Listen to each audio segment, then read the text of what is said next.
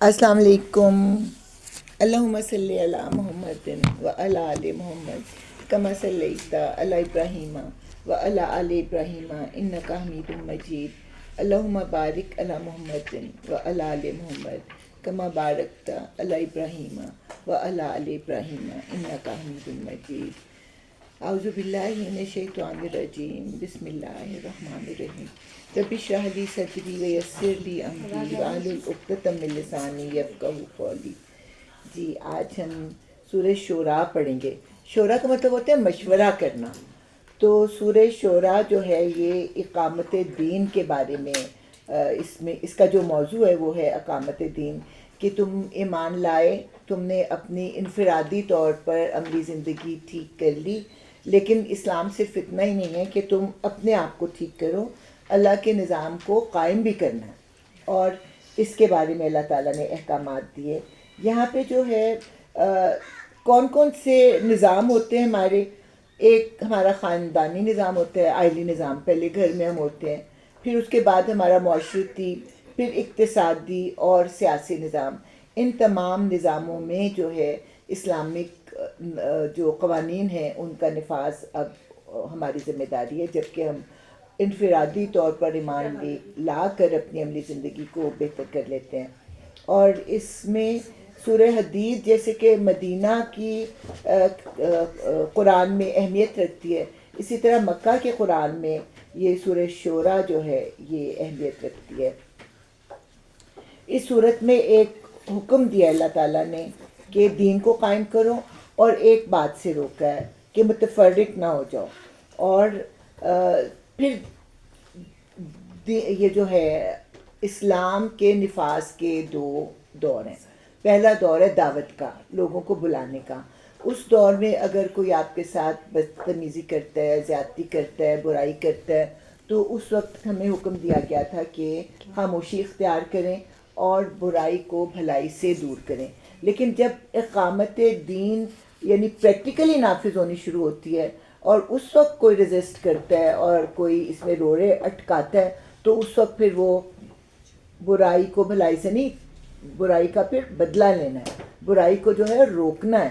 تو یہ پھر یہ نہیں ہوگا کہ قرآن میں اختلاف ہے، کہ کہیں تو قرآن کہہ رہا ہے کہ آپ برائی کو بھلائی سے دور کرو، اور دوسری کا اللہ تعالیٰ کہہ رہے ہیں کہ برائی کا سر کچلو۔ نہیں، یہ مختلف سٹیجز ہیں، اور ہر سٹیج کے لیے اللہ تعالیٰ نے جو ہے وہ مختلف احکامات دیے ہیں۔ اور پھر یہ ہے کہ بس یہی ہے کہ اب جو ہے اس کو قائم کرنا ہے۔ اب دیکھتے ہیں، بسم اللہ الرحمن الرحیم، حامیم عین سین قاف۔ اب یہ 5 حروف مقطعات ہیں لیکن الگ الگ ہیں۔ اس سے پہلے سورہ مریم میں آئے تھے کاف، ہا، یا، عین، صاد، تو وہ ایک ہی جگہ پہ تھے۔ اب یہاں پہ اللہ تعالیٰ کہہ رہے ہیں کہ اسی طرح اللہ غالب و حکیم تمہاری طرف اور تم سے پہلے گزرے ہوئے رسولوں کی طرف وحی کرتا رہا ہے۔ آسمانوں اور زمین میں جو کچھ بھی ہے اسی کا ہے، اور وہ برتر اور عظیم ہے۔ قریب ہے کہ آسمان اوپر سے پھٹ پڑیں۔ کیوں پھٹ پڑیں؟ کہ اتنے زیادہ فرشتے ہیں کہ ان کے بوجھ سے آسمان جو ہے وہ پھٹ پڑے۔ اور اس کے بارے میں حدیث ہمیں ملتی ہے کہ آسمان میں ایک چپا بھی ایسا نہیں جہاں پہ کوئی نہ کوئی فرشتہ سجدہ نہ کر رہا ہو یا وہ عبادت نہ کر رہا ہو۔ تو قریب ہے کہ آسمان اوپر سے پھٹ پڑیں، فرشتے اپنے رب کی حمد کے ساتھ اس کی تسبیح کریں۔ جب بھی فرشتوں کی عبادت کا ذکر آتا ہے نا تو دونوں چیزیں اکٹھی آتی ہیں، حمد بھی اور تسبیح، یعنی سبحان اللہ و بحمدہ سبحان اللہ العظیم۔ اور زمین والوں کے حق میں درگزر کی درخواست کی جاتی ہیں۔ پچھلی صورت میں بھی ہم نے دیکھا تھا کتنے پرزور طریقے پہ اللہ تعالیٰ نے بتایا تھا کہ جو ایمان لے آتا ہے تو فرشتے پھر اس کے لیے دعائیں کر رہے ہوتے ہیں۔ اور یہاں پہ دوبارہ اس بات کو دہرایا گیا ہے کہ زمین والوں کے حق میں درگزر کی درخواستیں کیے جاتے ہیں۔ آگاہ رہو، حقیقت میں اللہ غفور اور رحیم ہی ہے۔ جن لوگوں نے اس کو چھوڑ کر اپنے کچھ دوسرے سرپرست بنا رکھے ہیں، اللہ ہی ان پر نگران ہے، تم ان کے حوالہ دار نہیں ہو۔ ہاں، اسی طرح اے نبی صلی اللہ علیہ وسلم یہ قرآن عربی ہم نے تمہاری طرف وحی کیا ہے تاکہ تم بستیوں کے مرکز یعنی شہر مکہ اور اس کے گرد و پیش رہنے والوں کو خبردار کر دو۔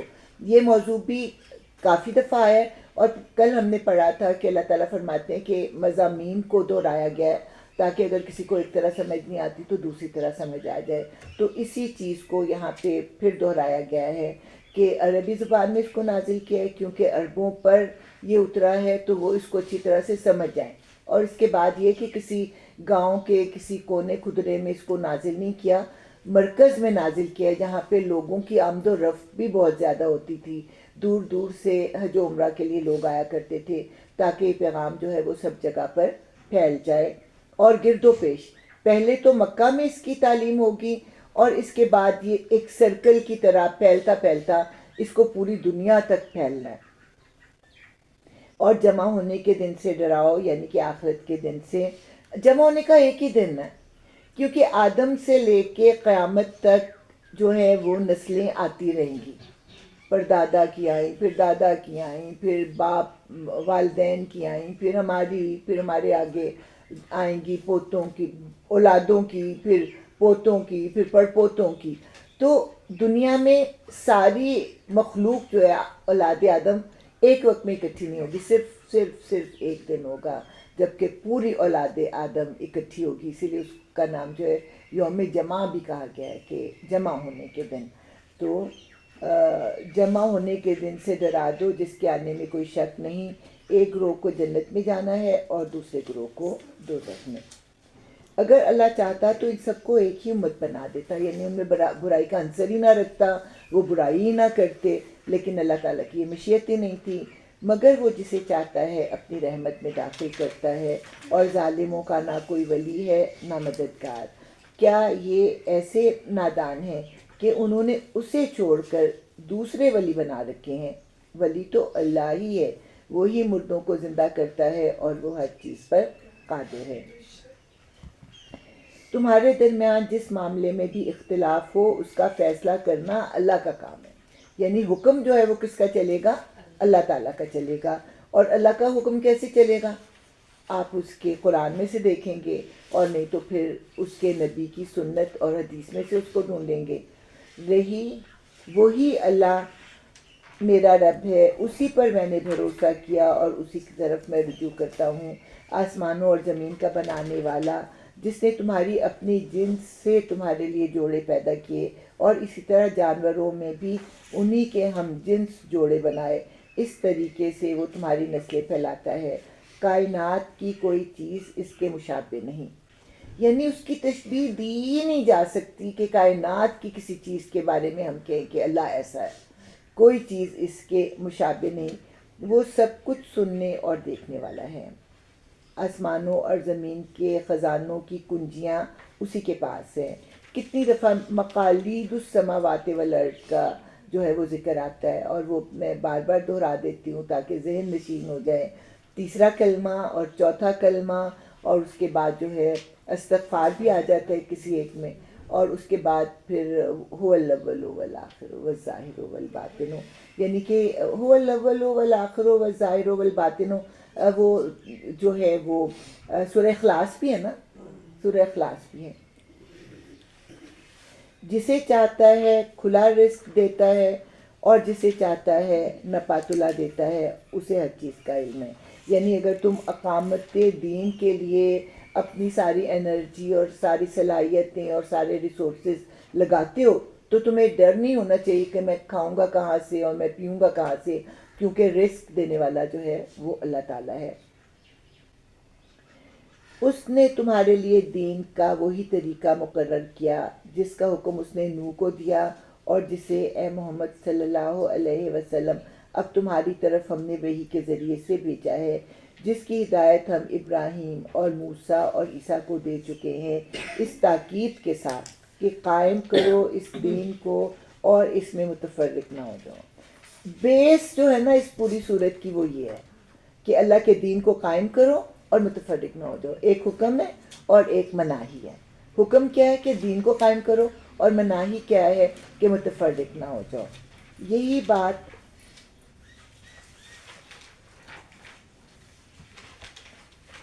اچھا اس میں ایک بات اور ہے، ان مشرکین کو سخت ناگوار ہوئی ہے جس کی طرف اے محمد صلی اللہ علیہ وسلم تم انہیں دعوت دے رہے ہو۔ اللہ جسے چاہتا ہے اپنا کر لیتا ہے، اور وہ اپنی طرف آنے کا راستہ اسی کو دکھاتا ہے جو اس کی طرف رجوع کرے، جس کے دل میں یہ خواہش پیدا ہو کہ میں اللہ تعالیٰ کو جانوں، اور اللہ تعالیٰ پھر اس کو اپنا راستہ دکھا دیتا ہے۔ یہاں پہ میں کیا کہنے لگی تھی،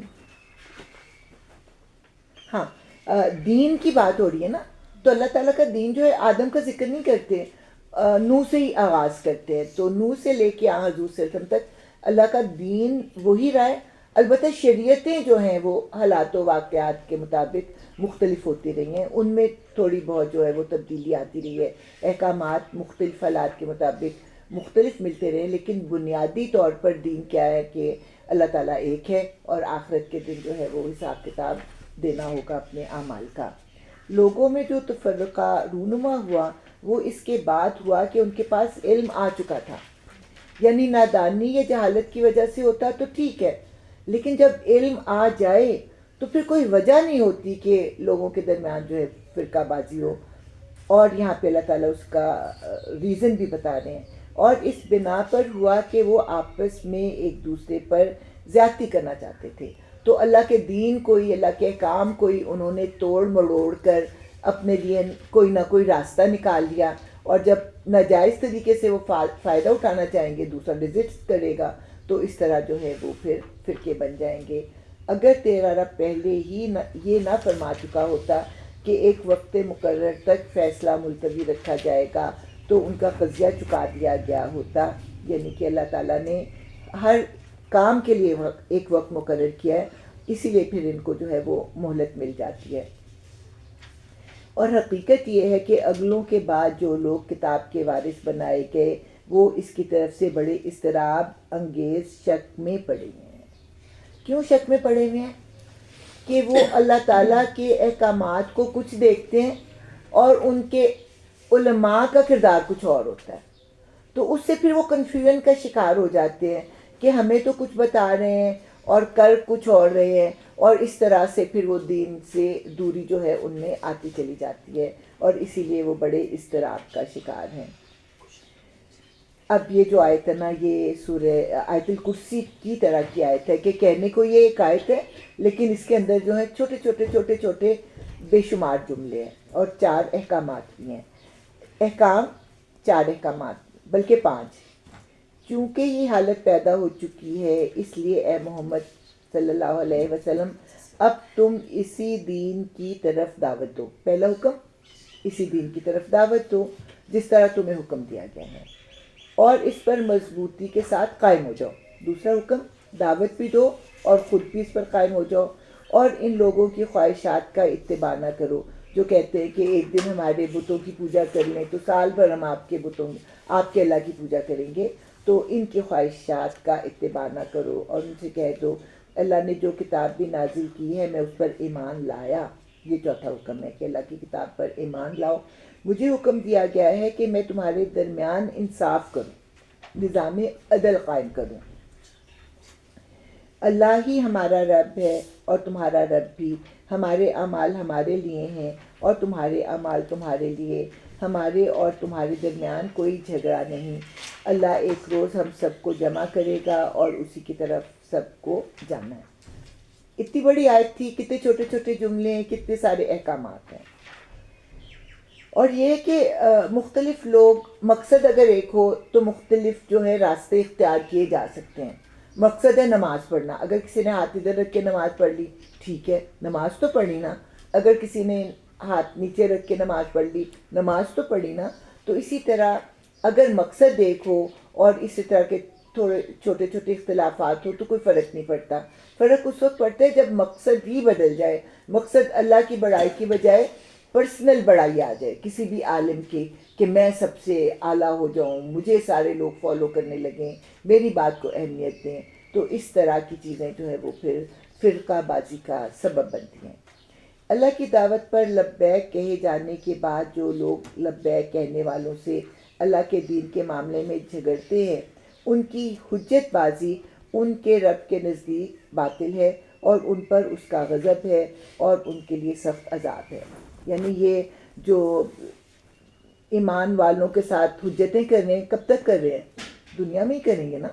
آخرت میں کیا ہوگا؟ آخرت میں اللہ کا غضب ہے اور ان کے لیے سخت عذاب ہے. وہ اللہ ہی ہے جس نے حق کے ساتھ یہ کتاب اور میزان نازل کی ہے. کتاب میں کیا آ گیا؟ دو چیزوں کو اللہ تعالیٰ نے پورے قرآن میں 2 مرتبہ اکٹھا فرمایا. ایک یہاں پہ کتاب اور میزان، اور اس کے بعد جو ہے سورہ حدید میں اللہ تعالیٰ نے کتاب اور میزان کو اکٹھا بیان کیا ہے. کتاب سے مراد جو ہے وہ احکامات یا قانون کہہ لیں، اور میزان سے مراد ہے وہ نظام جس کے تحت یہ احکامات نافذ کیے جائیں گے. تو وہ اللہ ہی ہے جس نے حق کے ساتھ یہ کتاب اور میزان نازل کی ہے. اور تمہیں کیا خبر، شاید کہ فیصلے کی گھڑی قریب ہی آ لگی ہو. جو لوگ اس کے آنے پر ایمان نہیں رکھتے وہ تو اس کے لیے جلدی مچاتے ہیں، مگر جو اس پر ایمان رکھتے ہیں وہ اس سے ڈرتے ہیں. یعنی جو کافر ہیں وہ تو ہنسی اڑاتے ہیں نا، تو مذاق اڑاتے ہیں، لیکن جو ایمان رکھتے ہیں کہ آخرت آئے گی، حساب کتاب ہوگا، تو وہ اس سے ڈرتے رہتے ہیں اور جانتے ہیں کہ یقیناً وہ آنے والی ہے. خوب سن لو، جو لوگ اس گھڑی کے آنے میں شک ڈالنے والی بحثیں کرتے ہیں وہ گمراہی میں بہت دور نکل گئے ہیں.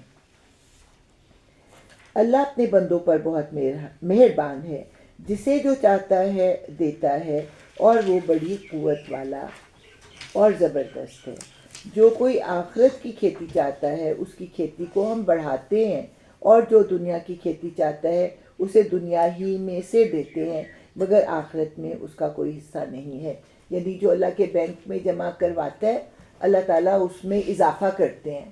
جیسے بینک سے اضافہ کرتے ہیں نا مال میں، تو اللہ تعالیٰ بھی اس میں اضافہ کرتے ہیں.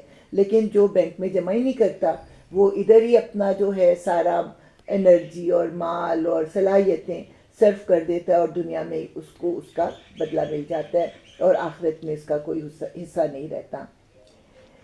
اب یہ پھر ایک اہم آیت ہے. کیا یہ لوگ کچھ ایسے شریک خدا رکھتے ہیں جنہوں نے ان کے لیے دین کی نوعیت رکھنے والا ایک ایسا طریقہ مقرر کر دیا ہے جس کا اللہ نے اذن نہیں دیا؟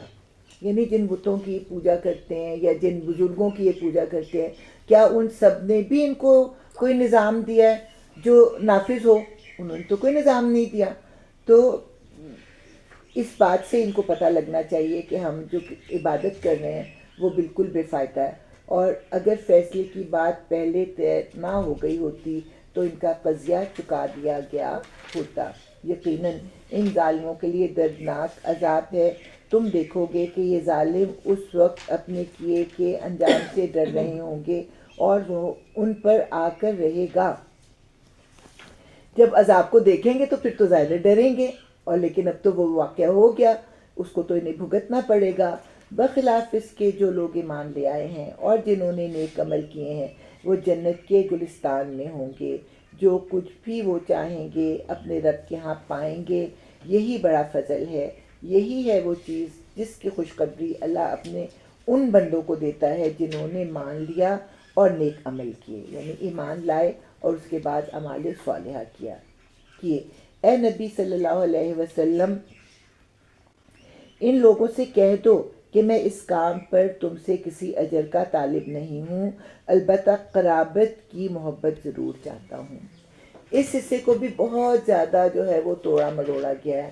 مطلب ایک فرقے نے اس کو ایسا اس کا مطلب دیا ہے کہ میں چاہتا ہوں کہ تم میرے گھر والوں سے محبت کرو، اور یہاں پہ جو ہے اس کا مطلب اس طرح سے بیان کیا جا رہا ہے، مطلب جس مطلب کو ہم لیتے ہیں کہ عربوں کے کلچر میں قبائلی تھا نا، قبائلی کلچر تھا.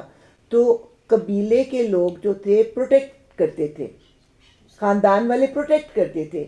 تو ان کا کلچر کیا تھا؟ خاندان کو پروٹیکٹ کرنا. لیکن جب حضور صلی اللہ علیہ وسلم نے تبلیغ شروع کی تو انہوں نے ان کی دشمنی میں اپنا صدیوں کا کلچر جو تھا اس کو ہی ختم کر دیا اور ان کو اذیتیں دینے لگے.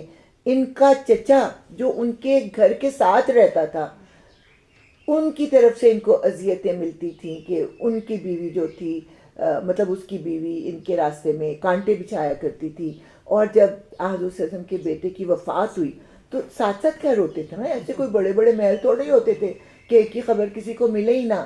تو وہ باہر نکل گیا اور اس نے جو تھے نعرے لگا دیے کہ محمد ابتر ہو گیا، محمد ابتر ہو گیا.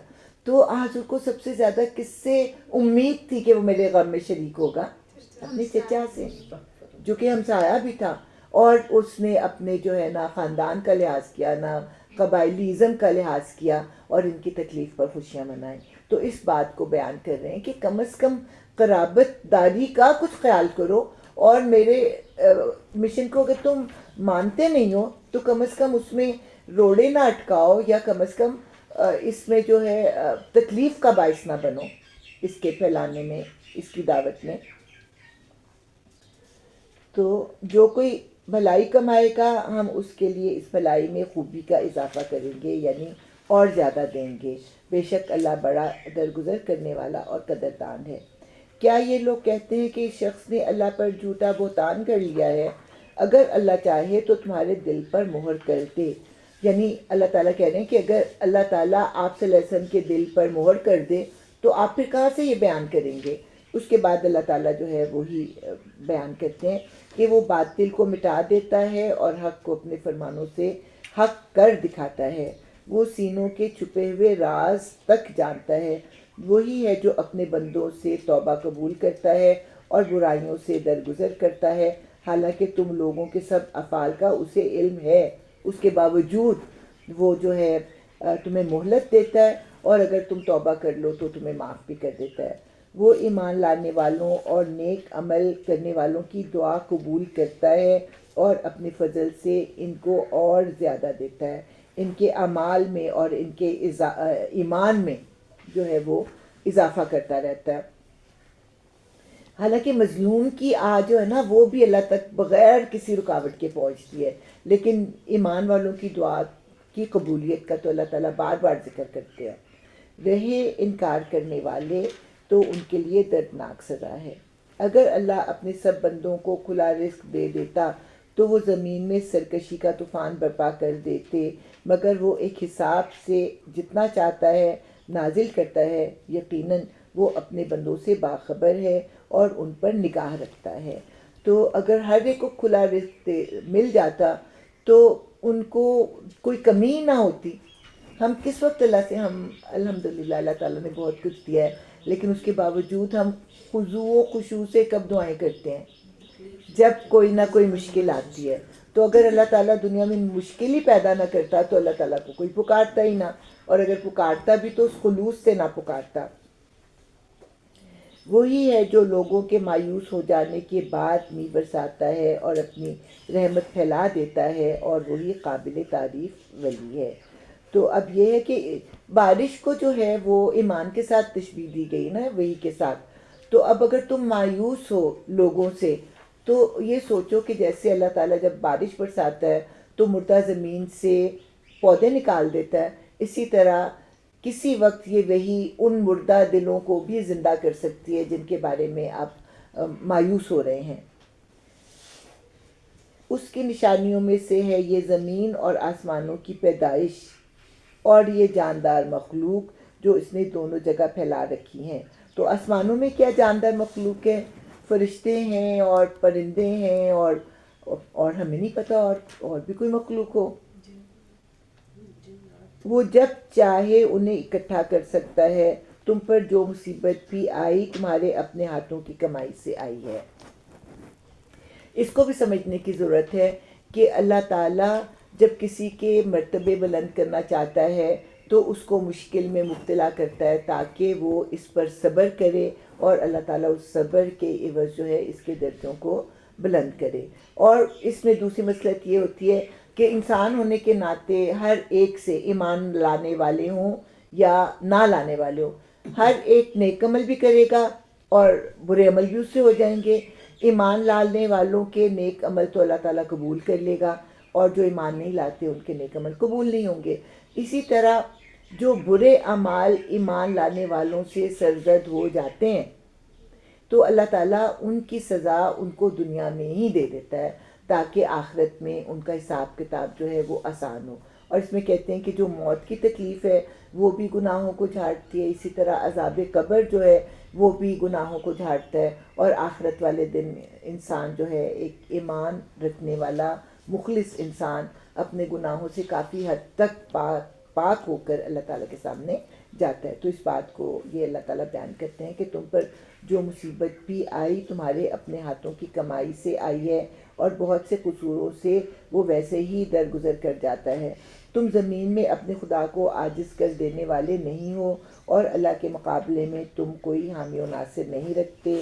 اس کی نشانیوں میں سے ہیں یہ جہاز جو سمندر میں پہاڑوں کی طرح نظر آتے ہیں۔ اللہ جب چاہے ہوا کو ساکن کر دے اور یہ سمندر کی پیٹھ پر کھڑے کے کھڑے رہ جائیں۔ اس زمانے میں بادبانی جہاز ہوتے تھے جو ہواؤں سے چلتے تھے، اور جب ہوا نہیں چلتی تھی تو وہ کھڑے کے کھڑے رہ جاتے تھے۔ آپ نے بچپن میں پڑھی ہوگی دا اولڈ میرینر، تو اس میں اتنا اچھا نقشہ جو ہے وہ کھینچا گیا، خاص کر اس کی ایک جو ہے کہ water water everywhere but not a drop to drink, تو مجھے بڑی پسند تھی۔ تو بہرحال اب بھی اگرچہ اب وہ مختلف اور طریقے آ گئے ہیں جہازوں کو چلانے کے، لیکن پھر بھی ہوا جو ہوتی ہے نا ان کو ہیلپ کرتی ہے۔ مثلا اگر صرف فیول سے ایک جہاز چل رہا ہے تو وہ اس کی کم ہوگی رفتار، اور جو پیچھے سے ہوا بھی اس کو دھکا دے رہی ہے تو اس کی رفتار زیادہ ہوگی، اس کا فیول کم استعمال ہوگا۔ آج بھی فیول ہونے کے باوجود ہوائیں جو ہیں وہ ہیلپ کرتی ہیں جہازوں کے چلنے میں۔ اس میں بڑی نشانیاں ہیں ہر اس شخص کے لیے جو کمال درجہ صبر و شکر کرنے والا ہو، نعمتیں ملنے پر شکر کرنے والا اور آزمائش آنے پر صبر کرنے والا، یا ان پر سوار ہونے والوں کے بہت سے گناہوں سے درگزر کرتے ہوئے ان کے چند ہی کرتوتوں کی پاداش میں انہیں ڈبو دے، اور اس وقت ہماری آیتوں میں جھگڑے کرنے والوں کو پتہ چل جائے کہ ان کے لیے کوئی جائے پناہ نہیں ہے۔ جو کچھ بھی تم لوگوں کو دیا گیا ہے وہ محض دنیا کی چند روزہ زندگی کا سر و سامان ہے۔ کتنی بھی دولت ہے، کتنے محل تم نے بنا لیے، کتنی گاڑیاں اکٹھی کر لی، کتنی جیولری اکٹھی کر لی، تو کہاں جائے گا یہ سارا کا سارا؟ جو ہی تمہاری سانس بند ہوتی ہے تو سارا ادھر ہی چھوڑ کے چلے جاتے ہو۔ تو یہ دنیا کی خوبصورتی، اس میں کوئی شک نہیں، اور اللہ تعالیٰ اس کو استعمال کرنے کو بھی کہتے ہیں۔ اللہ تعالیٰ کہتے ہیں کہ جو زینت میں نے تمہارے لیے پیدا کی ہے تم اسے کیوں منہ موڑتے ہو؟ اس کا مطلب یہ نہیں کہ ہم بن باس لے کے تو جنگلوں میں نکل جائیں، استعمال کریں لیکن کیا نہ کریں، ایک تو اللہ کو نہ بھولیں اور دوسروں کو حقارت سے نہ دیکھیں۔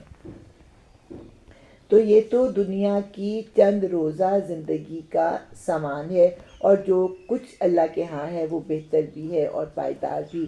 وہ ان لوگوں کے لیے ہے جو ایمان لائے ہیں اور اپنے رب پر بھروسہ کرتے ہیں، یعنی آخرت کی چیزیں کس کو ملیں گی؟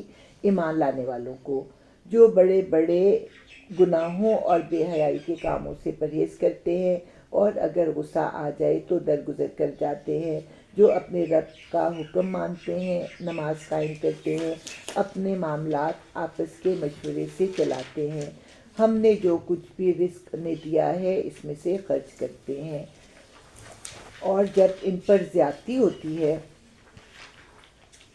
تو اس کا مقابلہ کرتے ہیں۔ ٹھیک ہے، اب یہاں پہ جو ہے اللہ کے نظام کو قائم کرنے والے لوگوں کی صفات بتائی گئی ہیں۔ پہلی صفت کیا بتائی گئی ہے؟ کہ ان کے پاس بے شمار دنیا بھی ہو تو اسے دل نہیں لگاتے، وہ سمجھتے ہیں کہ یہ تو ادھر ہی چھوڑ کے جانا ہے، تو میری زندگی کا کوئی اعلیٰ مقصد ہونا چاہیے۔ اس اعلیٰ مقصد کی خاطر وہ کیا کرتے ہیں؟ اپنے رب پر بھروسہ کرتے ہیں اور بے حیائی کے کاموں سے بچتے ہیں اور گناہوں سے بچتے ہیں، اور غصہ آ جائے تو درگزر کرتے ہیں۔ درگزر کرنے کا مطلب کہ اس کو پی جاتے ہیں، لڑائی جھگڑا شروع نہیں کر دیتے، اور جو اپنے رب کا حکم مانتے ہیں، نماز قائم کرتے ہیں اور اپنے معاملات آپس کے مشورے سے چلاتے ہیں۔ آپس کے مشورے سے، اب یہ کہ حضور صلی اللہ علیہ وسلم بھی مشورہ کیا کرتے تھے، اور جنگ احد کے وقت بھی اللہ تعالیٰ نے ان سے کہا کہ جن لوگوں نے حکم عدولی کی اور مسلمانوں کو اتنا نقصان پہنچایا ان سے بھی درگزر کریں، عفو درگزر کریں اور ان کو مشوروں میں شریک رکھیں۔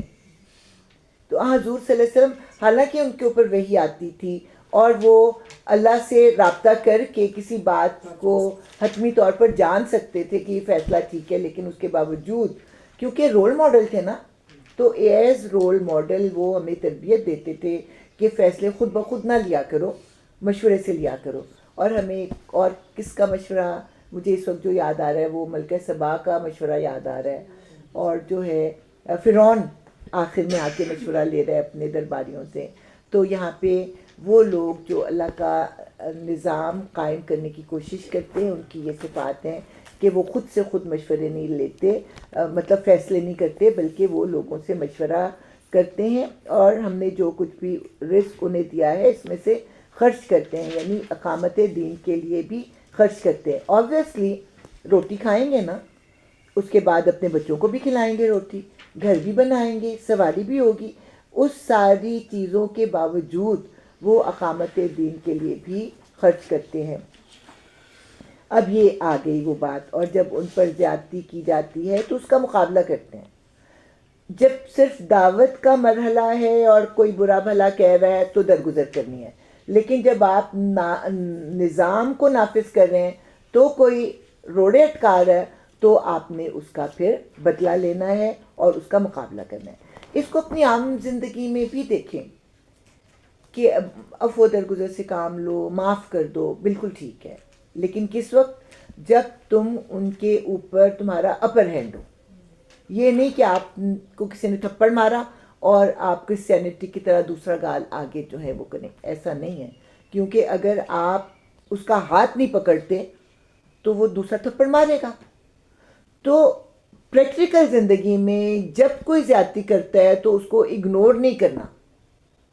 معافی کس وقت ہونی ہے؟ جب آپ اگلے کو اس کی غلطی کا احساس دلا دیں اور وہ پھر نادم ہو یا توبہ کرے تو پھر آپ اس کو اگنور کر دو. لیکن اگر وہ ڈٹا ہوا ہے زیادتی کرنے پر تو اس کا ہاتھ پکڑنا ہے، اس کو روکنا ہے، ورنہ تو ظلم و ستم کا بازار جو ہے وہ گرم ہو جائے.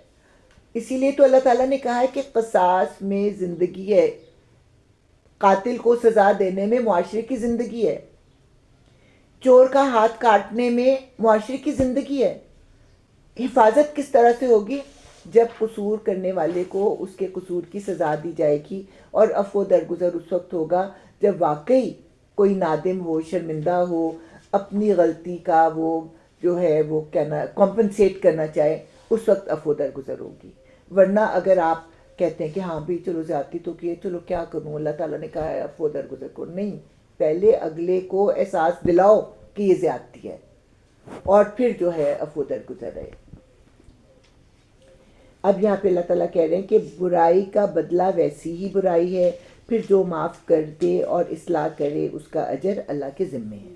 ٹھیک ہے کہ برائی کو روکو اور پھر اس کو ایکسٹرا سزا نہ دو، بلکہ برائی کو روکنے کے بعد اگر اگلا برائی سے رک جاتا ہے تو پھر درگزر سے کام لو اور اس کا اجر جو ہے پھر اللہ کے ذمے ہے.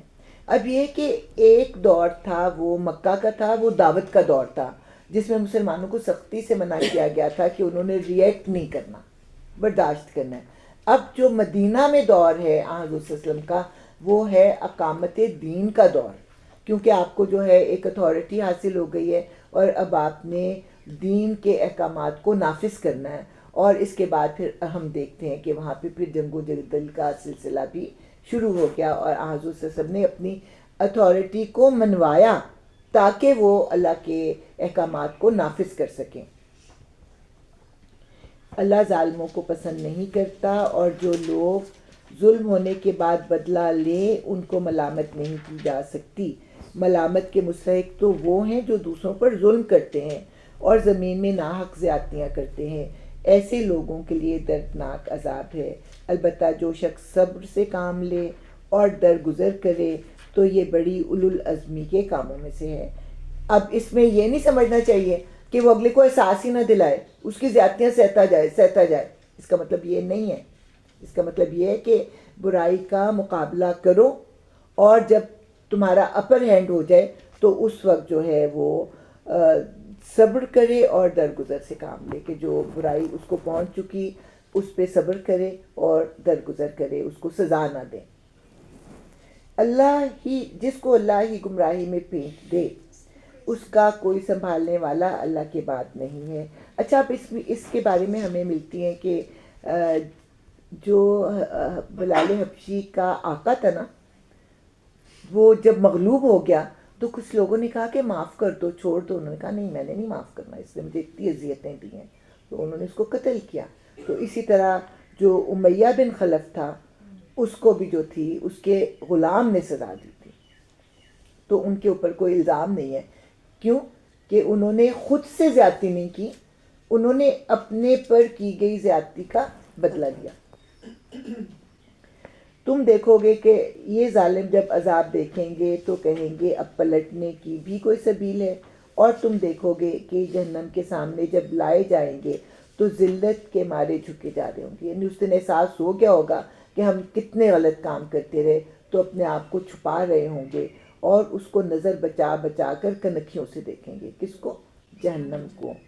اس وقت وہ لوگ جو ایمان لائے تھے کہیں گے کہ واقعی اصل زیاں کار وہی ہیں جنہوں نے آج قیامت کے دن اپنے آپ کو اور اپنے متعلقین کو خسارے میں ڈال دیا.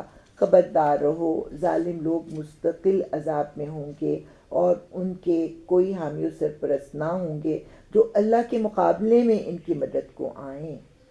جسے اللہ گمراہی میں پھینک دے اس کے لیے بچاؤ کی کوئی سبیل نہیں. اللہ تعالیٰ نے سب کو انویٹیشن دیا، جس نے انویٹیشن کو ریجیکٹ کیا تو اور اپنی زندگیوں کو نہیں بدلا تو ان کے لیے پھر بچنے کی کوئی جگہ نہیں ہے. پھر یہ ایک اہم مقام ہے، مان لو اپنے رب کی بات قبل اس کے کہ وہ دن آئے جس کے ٹلنے کی کوئی صورت اللہ کی طرف سے نہیں ہے.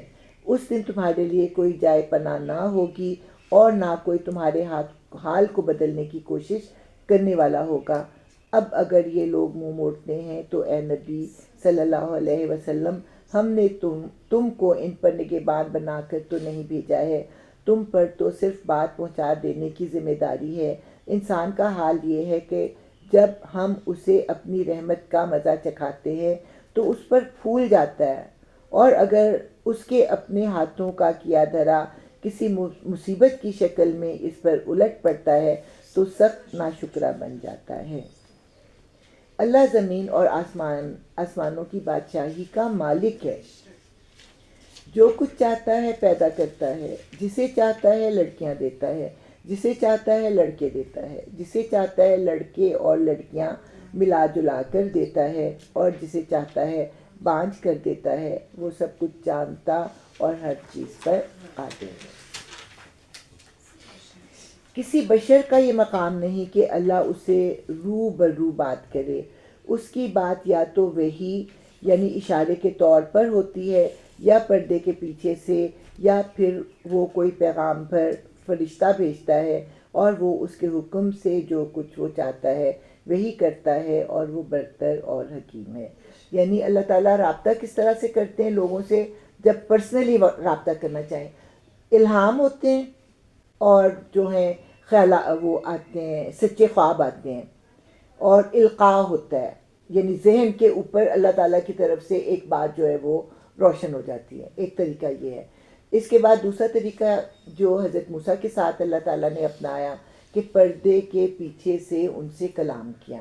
اور تیسرا طریقہ جو کہ حضرت جبرائیل حضور صلی اللہ علیہ وسلم پر وحی لے کے آتے تھے اور اس وحی کو آپ پر ڈالا کرتے تھے. ڈائریکٹ اللہ تعالیٰ نہیں ڈالتے تھے وحی، بلکہ حضرت جبرائیل کے ذریعے سے آپ کے اوپر وحی ڈالی جاتی تھی. اور اسی طرح اے محمد صلی اللہ علیہ وسلم، ہم نے اپنے حکم سے ایک روح تمہاری طرف وحی کی ہے. یعنی حضرت جبرائیل کو وحی دے کر آپ کی طرف بھیجا ہے.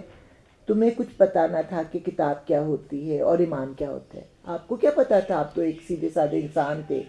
مگر اس قرآن کو ہم نے ایک روشنی بنا دیا. یہاں پہ اصل میں جو ترجمہ لکھا ہوا ہے نا وہ بہت زیادہ کنفیوز کرتا ہے. روح لکھا ہوا ہے تو وحی کو روح کہہ دیا، اور وحی کیا تھی؟ قرآن تھا. لیکن اگر ہم اسے قرآن لکھ لینا تو ہمیں سمجھنے میں بہت آسانی ہوتی ہے. میں پچھلے سال کی جب سن رہی تھی نا تو اس جگہ پہ کافی کنفیوژن ہوا تھا کہ اس کا مطلب کیا ہے. تو روح یعنی کہ وحی، اور وہی یعنی کہ قرآن. تو یہ قرآن ہم نے ایک روشنی بنا دیا ہے جس سے ہم راہ دکھاتے ہیں اپنے بندوں میں سے جسے چاہتے ہیں. یقیناً تم سیدھے راستے کی طرف رہنمائی کر رہے ہو، اس خدا کے راستے کی طرف جو زمین اور آسمانوں کی ہر چیز کا مالک ہے. خبردار رہو سارے معاملات اللہ ہی کی طرف رجوع کرتے ہیں. زخرف کا مطلب ہوتا ہے سونا اور چمکتی ہوئی چیز اور زینت اور سجاوٹ. اب اس میں ہم دیکھتے ہیں جی ہاں گولڈ. اچھا یہ جو ہے یہ جوڑا ہے نا دونوں سورہ زخرف اور سورہ شورا، تو حامیم بھی ہے ان میں کامن. اور اس کے بعد جو ہے نا والکتاب المبین، کتاب مبین کی قسم. اس میں بھی جو تھی نا یہی تھا اس کا آغاز. مجلس شورا کہہ رہی ہوں سورہ شورا کا آغاز. ہاں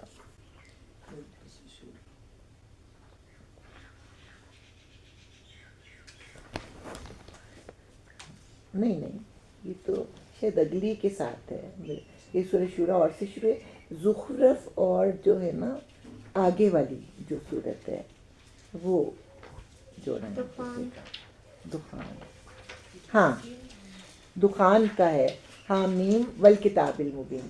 تو یہ دونوں جوڑا ہے، زخرف اور دخان جو ہے وہ جوڑا ہے. میں نے غلطی سے کہہ دیا.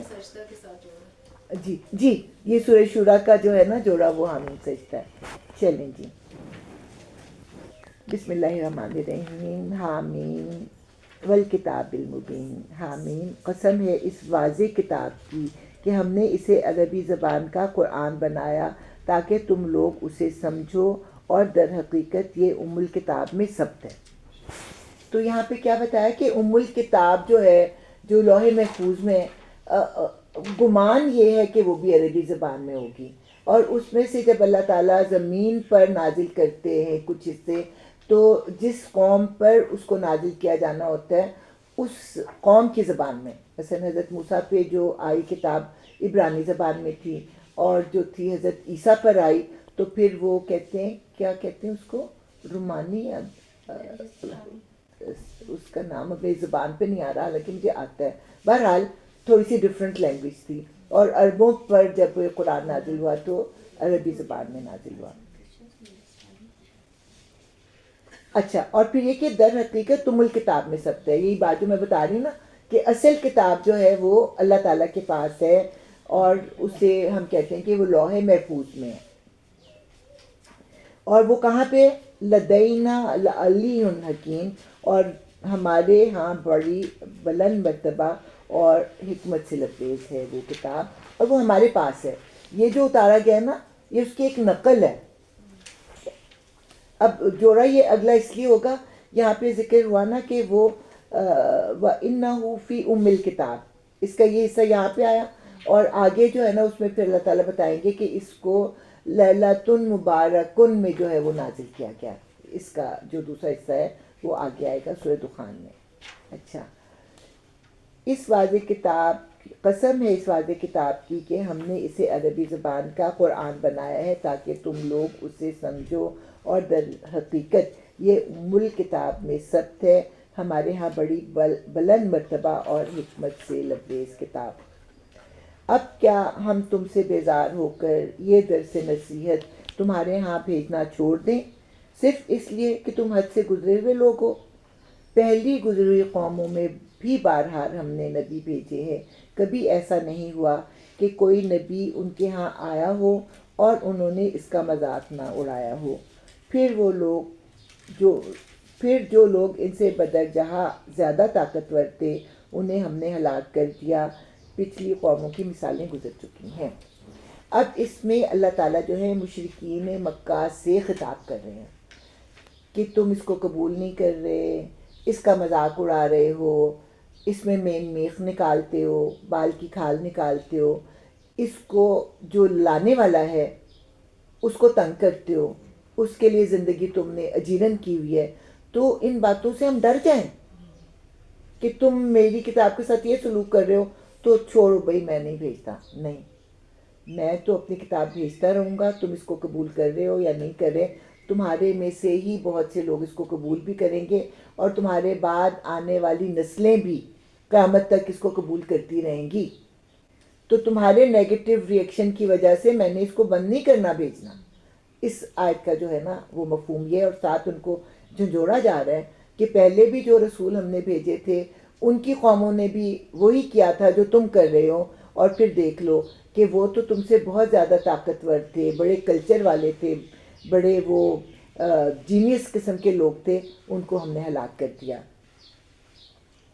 اگر تم ان لوگوں سے پوچھو کہ زمین اور آسمانوں کو کس نے پیدا کیا ہے تو یہ خود کہیں گے کہ انہیں اسی زبردست علیم ہستی نے پیدا کیا ہے، وہی نا جس نے تمہارے لیے اس زمین کو گہوارہ بنا دیا، یعنی بالکل پرسکون کہ اس کی جو حرکتیں ہیں تمہیں محسوس ہی نہیں ہوتی، اور اس میں تمہارے خاطر راستے بنا دیے تاکہ تم اپنی منزل مقصود کی راہ پا سکو، جس نے ایک خاص مقدار میں آسمان سے پانی اتارا اور اس کے ذریعے سے مردہ زمین کو جلا اٹھایا، اسی طرح ایک روز تم زمین سے برآمد کیے جاؤ گے۔ جیسے بارش ہوتی ہے تو پودے اگاتے ہیں، اسی طرح تم زمین میں دفن ہو نا، تو ایک بارش ہوگی اور تم جو ہو سب اگاؤ گے۔ وہی جس نے یہ تمام جوڑے پیدا کیے اور جس نے تمہارے لیے کشتیوں اور جانوروں کو سواری بنایا۔ اللہ تعالیٰ اپنے انعامات میں سے جو ہے نا سواری کا ذکر کرتے ہیں کہ تمہیں زمین میں بھی سواریاں دیں اور تمہیں پانی میں بھی سواریاں دیں۔ ان کی پشت پر چڑھو اور جب ان پر بیٹھو تو اپنے رب کا احسان یاد کرو۔ احسان ہی ہے نا اللہ کا کہ ہم گاڑی میں بیٹھتے اور منٹوں میں پہنچ جاتے ہیں، مثلا 15-20 منٹ میں میں پہنچ جاتی ہوں، اگر میں چل چل کے آنا چاہوں تو پتہ نہیں کتنے گھنٹے لگ جائیں، اور اتنے گھنٹوں میں چل چل کے ایگزاسٹ ہو کے بندہ کوئی بات ہی نہ کر سکے۔ تو یہ اللہ تعالیٰ کا احسان ہے کہ اس نے ہمیں سواریاں دیں۔ اور کہو پاک ہے وہ جس نے ہمارے لیے ان چیزوں کو مسخر کر دیا، ورنہ ہم انہیں قابو میں لانے کی طاقت نہ رکھتے تھے، اور ایک روز ہمیں اپنے رب کی طرف پلٹنا ہے۔ اب یہ کہ سواریاں اس وقت اونٹوں کی ہوتی تھیں، گھوڑوں کی ہوتی تھی، اتنے بڑے بڑے وہ جانور ہیں، لیکن وہ اشاروں پر چلتے تھے، تو اس بات پر شکر ادا کرو کہ اللہ تعالیٰ نے ان کو تمہارے قابو میں دے دیا۔ اور آج بھی گاڑیاں ہم ذرا سا بٹن دباتے ہیں، ایکسیلیٹر پہ پاؤں رکھتے ہیں اور وہ چلنے لگ جاتی ہے۔ اور پتہ نہیں کبھی آپ کو اتفاق ہوا ہو یا نہ ہوا ہو کہ جب ایکسیڈنٹ ہونا ہوتا ہے نا تو آپ کتنی بھی آہستہ گاڑی چلا رہے ہو نا، وہ لگتا ہے کہ کوئی اور چلا رہا ہے، آپ نہیں چلا رہے ہو۔ میرے ساتھ ایک دفعہ ایسا ہوا تھا کہ میں آہستہ گاڑی چلا رہی ہوں اور مجھے پتہ ہے میں اس کو آہستہ کرنا چاہ رہی ہوں، لیکن گاڑی جو ہے نا خود بخود ادھر چلتی جا رہی ہے جہاں پہ اس نے جا کے لگنا ہے۔ شکر ہے کوئی ایسا بڑا نہیں تھا، تھوڑا سا گاڑی کوئی نقصان ہوا، لیکن یہ کہ وہ واقعی میرے قابو میں نہیں تھی۔ یہ جو ہے نا کہ اللہ نے گاڑی کو ہمارے قابو میں دیا۔ بہت تیز بھی میں چلاتی رہی ہوں آہستہ، لیکن اس وقت میں آہستہ چلا رہی تھی، لیکن میرے قابو میں نہیں تھی وہ گاڑی۔ تو اس لیے جو ہے صرف جو ہے اونٹوں اور گھوڑوں پہ سوار ہو کے ہی نہیں، بلکہ جب آپ کسی بھی سواری پہ ہوتے ہیں تو اس کے لیے دعا کرنی ہوتی ہے کہ اس کو تو نے ہمارے قابو میں کیا ہوا ہے، اور اللہ تعالیٰ اس کو تو ہمارے قابو میں ہی رکھ۔ اسی لیے ہم کہتے ہیں نا سبحان الذی سخر لنا ھذا وما کنا لہ مقرنین وانا الی ربنا منقلبون۔ پھر یہ نہیں کہا کہ ہم اس پہ بیٹھ کے اپنے گھروں پہ واپس جائیں گے، تو آخر کار واپس کہاں جانا ہے؟ پتہ نہیں اپنے گھر کو واپس جا سکتے ہیں کہ نہیں جا سکتے، لیکن واپس کہاں جانا ہے؟ اللہ کی طرف تو جانا ہی جانا ہے۔ یہ سب کچھ جانتے اور مانتے ہوئے بھی ان لوگوں نے اس کے بندوں میں سے بعض کو اس کا جز بنا ڈالا۔ حقیقت یہ ہے کہ انسان کھلا احسان فراموش ہے۔ یہاں پہ اولاد نہیں کہا اللہ تعالیٰ نے، یہاں پہ اللہ تعالیٰ نے اولاد کو جز کہا۔ جز کیا ہوتا ہے؟ اب کوئی بھی انسان ہے تو وہ کہاں سے آیا؟ اپنے باپ کے سپرم اور اپنی ماں کے ایگ سے بنانا، تو اس کے اندر جو ہے اپنے باپ کا بھی جز ہے اور اپنی ماں کا بھی جز ہے۔ تو اسی طرح انہوں نے مخلوق کو اللہ تعالیٰ کا جز بنا ڈالا، جو کہ جز نہیں ہے اللہ تعالیٰ کا۔ حقیقت یہ ہے کہ انسان کھلا احسان فراموش ہے۔ کیا اللہ نے اپنی مخلوق میں سے اپنے لیے بیٹیاں انتخاب کیں اور تمہیں بیٹوں سے نوازا؟ بار بار اللہ تعالیٰ جو ہے نا ان کو شرمندہ کرتے ہیں اصل میں، کہ تم نے اللہ کے لیے جو اولاد گھڑی ہے وہ کیا گھڑی ہے؟ بیٹیاں کہ فرشتے اللہ کی بیٹیاں ہیں، اور پھر تم ان کے جو بت بناتے ہو تو وہ فیمیل بناتے ہو اور اپنے لیے تمہیں بیٹے پسند آتے ہیں۔ اور حال یہ ہے کہ جس اولاد کو یہ لوگ اس خدائے رحمان کی طرف منسوب کرتے ہیں، اس کی ولادت کا مجدہ جب خود ان میں سے کسی کو دیا جاتا ہے تو اس کے منہ پر سیاہی چھا جاتی ہے اور وہ غم سے بھر جاتا ہے۔ کیا اللہ کے حصے میں وہ اولاد آئی جو زیوروں میں پالی جاتی ہے؟ لڑکے کس میں پلتے ہیں؟ گنز میں اور گاڑیوں میں، اور لڑکیاں کس میں؟ ڈالز میں اور زیورات میں۔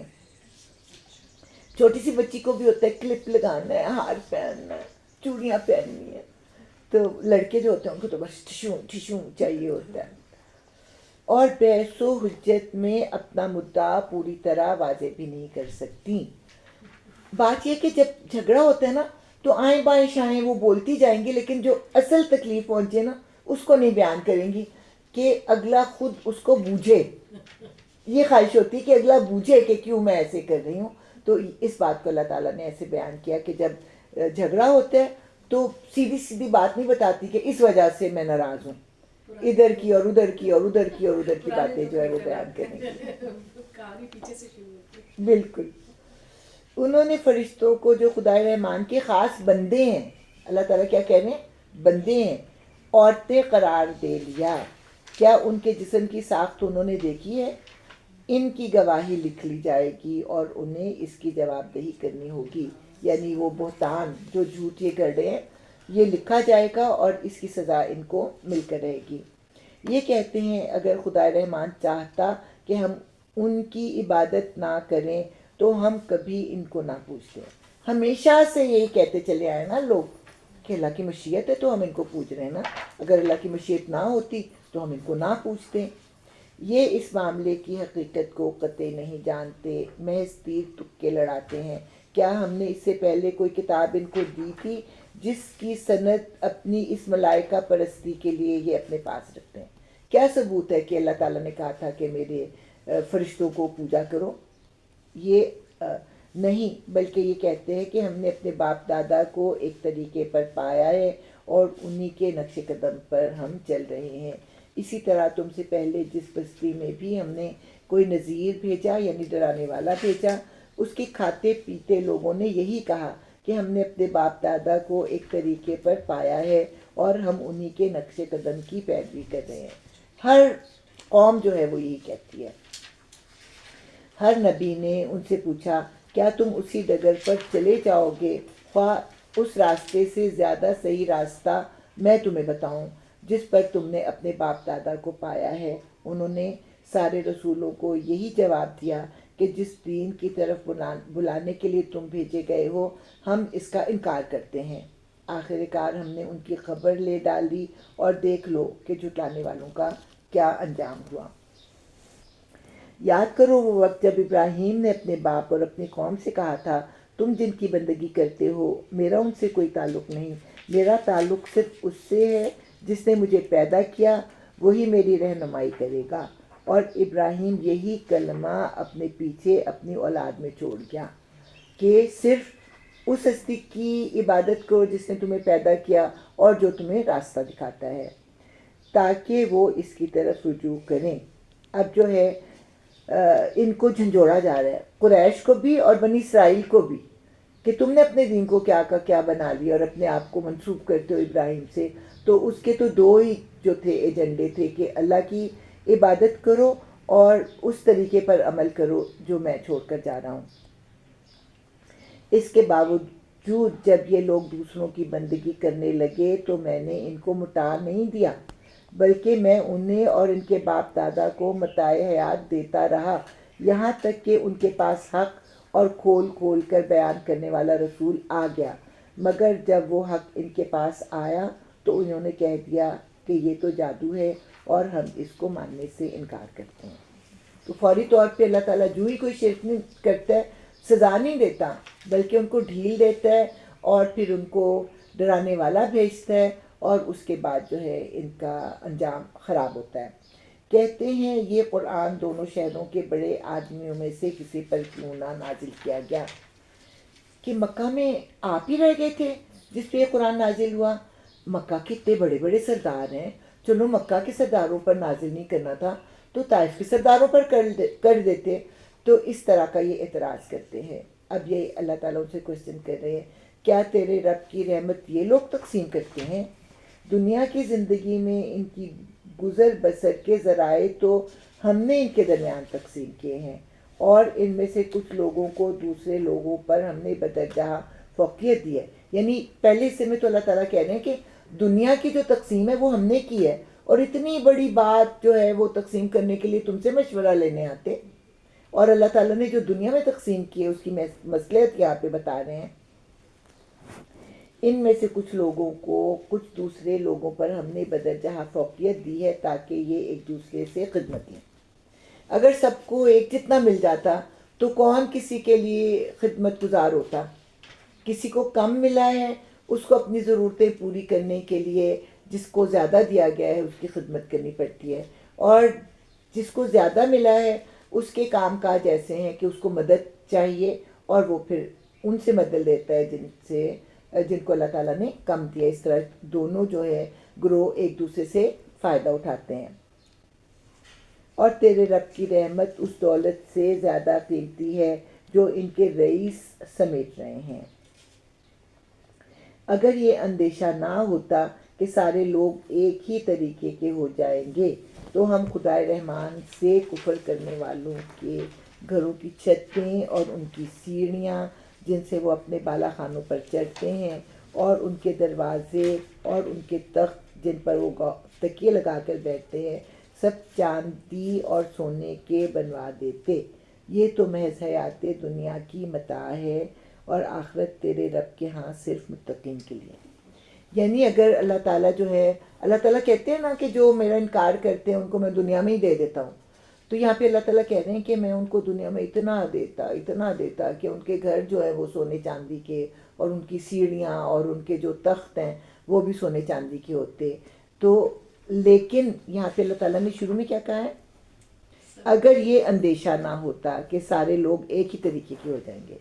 تو یہاں پہ اللہ تعالیٰ اصل میں یہ بتا رہے ہیں کہ ابھی کچھ لوگ اللہ کو مانتے ہیں اور کچھ نہیں مانتے.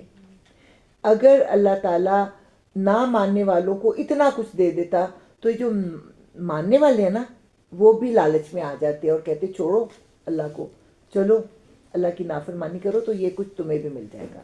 تو اس طرح سارے کے سارے لوگ جو ہے وہ نافرمان ہو جاتے ہیں. سمجھ آئی بات کی؟ کہ ان کی شان و شوکت دیکھ کر یہ لوگ جو اللہ کو ماننے والے ہیں وہ کہتے کہ چھوڑو اللہ کو، ہمیں بھی دنیا کی شان و شوکت چاہیے. اس لیے اللہ تعالیٰ نے ان کو یہ کچھ نہیں دیا، اور اگر اللہ چاہتا تو دے سکتا تھا، کیونکہ اللہ تعالیٰ کے لیے ان چیزوں کی کیا اہمیت ہے؟ اللہ کے لیے تو ان کی کوئی اہمیت نہیں ہے. حقیقت یہ ہے کہ یہ کتاب تمہارے لیے اور تمہاری قوم کے لیے ایک بہت بڑا شرف ہے، بڑی عزت کی چیز ہے، اور ان قریب تم لوگوں کو اس کی جواب دہی کرنی ہوگی. یعنی اللہ تعالیٰ کے لیے جو عزت کی چیز ہے نا وہ مال و دولت، سونا اور چاندی نہیں ہے، بلکہ اللہ تعالیٰ کس چیز کو کہہ رہے ہیں، کس چیز کی اہمیت ہے اللہ تعالیٰ کے نزدیک؟ اس قرآن کی اہمیت ہے، اور اس کو اللہ تعالیٰ کہہ رہے ہیں کہ یہ ایک عزت کی چیز ہے اور تم کو اس کی جواب دہی کرنی ہوگی. یعنی جو اس شرف کو قبول نہیں کر رہا، ٹھکرا رہا ہے، اس کی ناقدری کر رہا ہے، تو پھر اس کو اس ناقدری کا جواب دینا پڑے گا. تم سے پہلے ہم نے جتنے رسول بھی بھیجے تھے ان سب سے پوچھ کر دیکھ لو، کیا ہم نے خدائے رحمان کے سوا کچھ دوسرے معبود بھی مقرر کیے تھے کہ ان کی بندگی کی جائے؟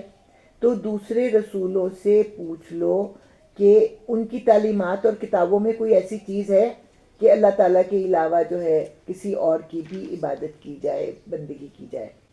اب دوسرے رسولوں سے کیسے پوچھیں؟ ایک تو خیر عالم ارواح میں، لیکن حضور روز روز تو عالم ارواح میں ان سے نہیں ملتے تھے نا.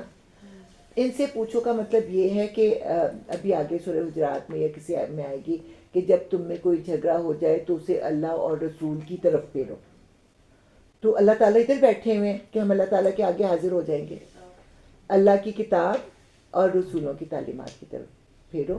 تو اس کا بھی یہی مفہوم ہے کہ تم دوسرے نبیوں اور رسولوں کی کتابوں اور ان کے نبیوں کی تعلیمات میں ڈھونڈو کہ کیا یہ بات وہاں پہ ہے یا نہیں ہے۔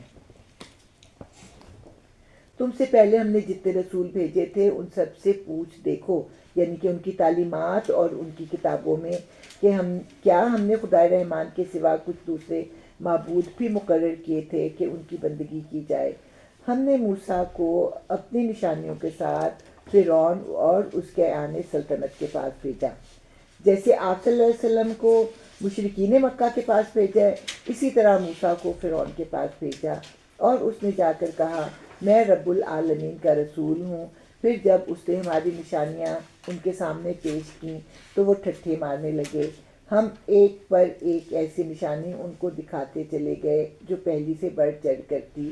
یہاں معجزوں کا ذکر ہو رہا ہے۔ اور ہم نے ان کو عذاب میں دھر لیا تاکہ وہ اپنی روش سے باز آئیں، یعنی کہ ان کو تھوڑی تھوڑی تکلیفیں دیتے رہے تاکہ انہیں اپنی بے بسی کا احساس ہو اور وہ اللہ تعالیٰ کے آگے جھک جائیں۔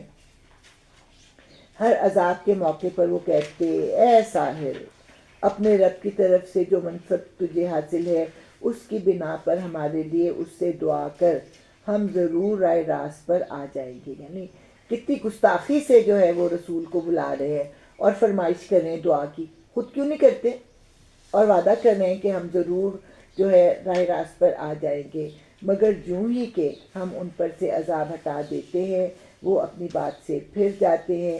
ایک روز فرعون نے اپنی قوم کے درمیان پکار کر کہا، لوگو کیا مصر کی بادشاہی میری نہیں ہے؟ بادشاہی سے مراد جو ہے نا یہاں پہ وہ خدا ہی نہیں چاہ رہا، کیونکہ خدا ہونے کا مطلب ہے کہ زمین و آسمان بھی وہ بنانے والا ہے، صرف اپنے تسلط کا وہ اظہار کر رہا ہے۔ اور یہ نہریں میرے نیچے نہیں بہہ رہی، مطلب یہ ہے کہ محل کے نیچے بھی بہہ رہی ہیں، لیکن کیا یہ میرے حکم پر نہیں بہہ رہی کہ جس کو میں چاہوں پانی دوں اور جس کا پانی جو ہے میں روک لوں؟ کیا تم لوگوں کو نظر نہیں آتا کہ میری کتنی زیادہ طاقت ہے؟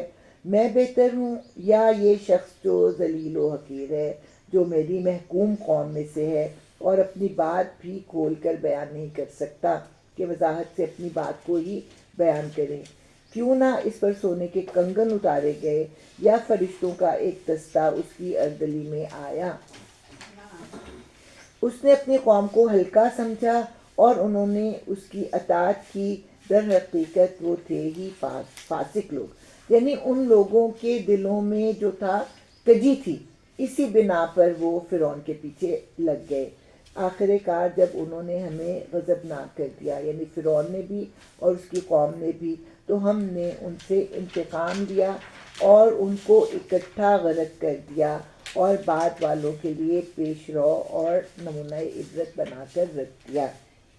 اور جو ہی کہ ابن مریم کی مثال دی گئی، تمہاری قوم کے لوگوں نے اس پر غل مچا دیا اور لگے کہنے کہ ہمارے معبود اچھے ہیں یا وہ۔ یہ مثال وہ تمہارے سامنے محض کج بیسی کے لیے لائے ہیں، حقیقت یہ ہے کہ یہ ہے ہی جھگڑالو لوگ۔ ابن مریم اس کے سوا کچھ نہ تھا کہ ایک بندہ تھا جس پر ہم نے انعام کیا اور بنی اسرائیل کے لیے اپنی قدرت کا ایک نمونہ بنا دیا۔ اب یہاں پہ جب اللہ تعالیٰ حضور صلی اللہ علیہ وسلم کہتے ہیں کہ اللہ کے علاوہ کسی اور کو معبود نہ بناؤ، کسی کی عبادت نہ کرو، تو اس پہ ابن مریم کا نام جب آیا تو انہوں نے ہنسی اڑائی کہ دیکھو یہ کرسچن جو ہے نا وہ ابن مریم کو پوجتے ہیں، تو ہمارے معبود اچھے نہیں ہیں کہ ہم اس کو پوجیں؟ اس میں ایک اور بھی پہلو ہے، وہ پہلو یہ کہ کیونکہ عیسائیت اور قرآن کی تعلیمات ملتی جلتی تھی نا، اس لیے وہ کہتے تھے کہ یہ تو عیسائیت کا پرچار کر رہے ہیں۔ اور دوسرا پھر انہوں نے حضرت عیسیٰ کی ذات کو جو ہے وہ مذاق کا بنا لیا نشانہ، کہ جیسے کرسچن ان کو پوچھتے ہیں تو ہم ان کو پوچھتے ہیں، فرق کیا ہے؟ یہاں پہ اللہ تعالیٰ جواب دے رہے ہیں ہم چاہیں تو تم سے فرشتے۔ اچھا پھر یہاں پہ حضرت عیسیٰ کے بارے میں اللہ تعالیٰ کیا کہہ رہے ہیں کہ وہ ایک بندہ تھا، ہمارا ایک اب تھا جس پر ہم نے انعام کیا تھا اور بنی اسرائیل کے لیے اپنی قدرت کا ایک نمونہ بنایا تھا۔ نمونہ سے مراد ایک تو رول ماڈل ہے نا، اور دوسرا یہ ہے کہ ان کی جو پیدائش ہے اس کا ذکر ہے، جو نارمل پیدائش نہیں ہے اس کی طرف اشارہ ہے کہ وہ اپنی قدرت کا ایک نمونہ بنا دیا تھا۔ ہم چاہیں تو تم سے فرشتے پیدا کر دیں جو زمین میں تمہارے جانشین ہوں، یعنی اگر ہم چاہیں تو تمہیں جو اولادیں دیں وہ فرشتے ہوں، اور وہ دراصل قیامت کی ایک نشانی ہے۔ اچھا یہاں پہ جو ہے نا وہ سے کیا مراد ہے؟ حضرت عیسیٰ کی ذات جو ہے وہ قیامت کی ایک نشانی ہے۔ قیامت کی نشانی جو ہے نا وہ اس اعتبار سے ہے کہ اس کی ذات اور اس کے معجزے۔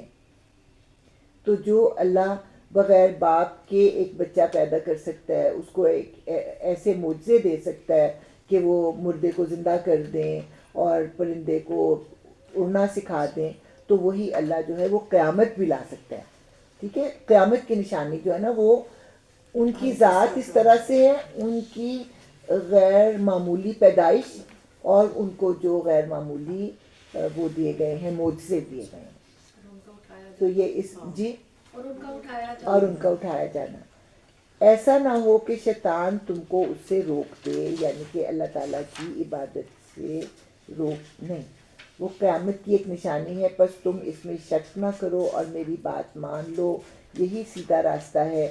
ایسا نہ ہو کہ شیطان تم کو اس سے روک دے، یعنی قیامت پر ایمان لانے سے، کہ وہ تمہارا کھلا دشمن ہے۔ اور جب عیسیٰ سری نشانیاں لیے ہوئے آیا تھا تو اس نے کہا تھا، میں تم لوگوں کے پاس حکمت لے کے آیا ہوں، اور اس لیے آیا ہوں کہ تم پر بعض ان باتوں کی حقیقت کھول دوں جن میں تم اختلاف کر رہے ہو، لہٰذا تم اللہ سے ڈرو اور میری اطاعت کرو۔ حقیقت یہ ہے کہ اللہ ہی میرا رب بھی ہے اور تمہارا رب بھی، اسی کی تم عبادت کرو، یہی سیدھا راستہ ہے۔ مگر اس کی اس صاف تعلیم کے باوجود گروہوں نے آپس میں اختلاف کیا، بس تباہی ہے ان لوگوں کے لیے جنہوں نے ظلم کیا ایک دردناک دن کے عذاب سے۔ تو حضرت عیسیٰ جب آئے تو انہوں نے کہا کہ میں تم لوگوں کے پاس حکمت لے کے آیا ہوں۔ تو رات میں لا تھا، اس میں روح دین نہیں تھی جس کو حکمت کہتے ہیں، جیسے قرآن میں جو لا بھی ہے اور حکمت بھی ہے، ٹھیک ہے نا۔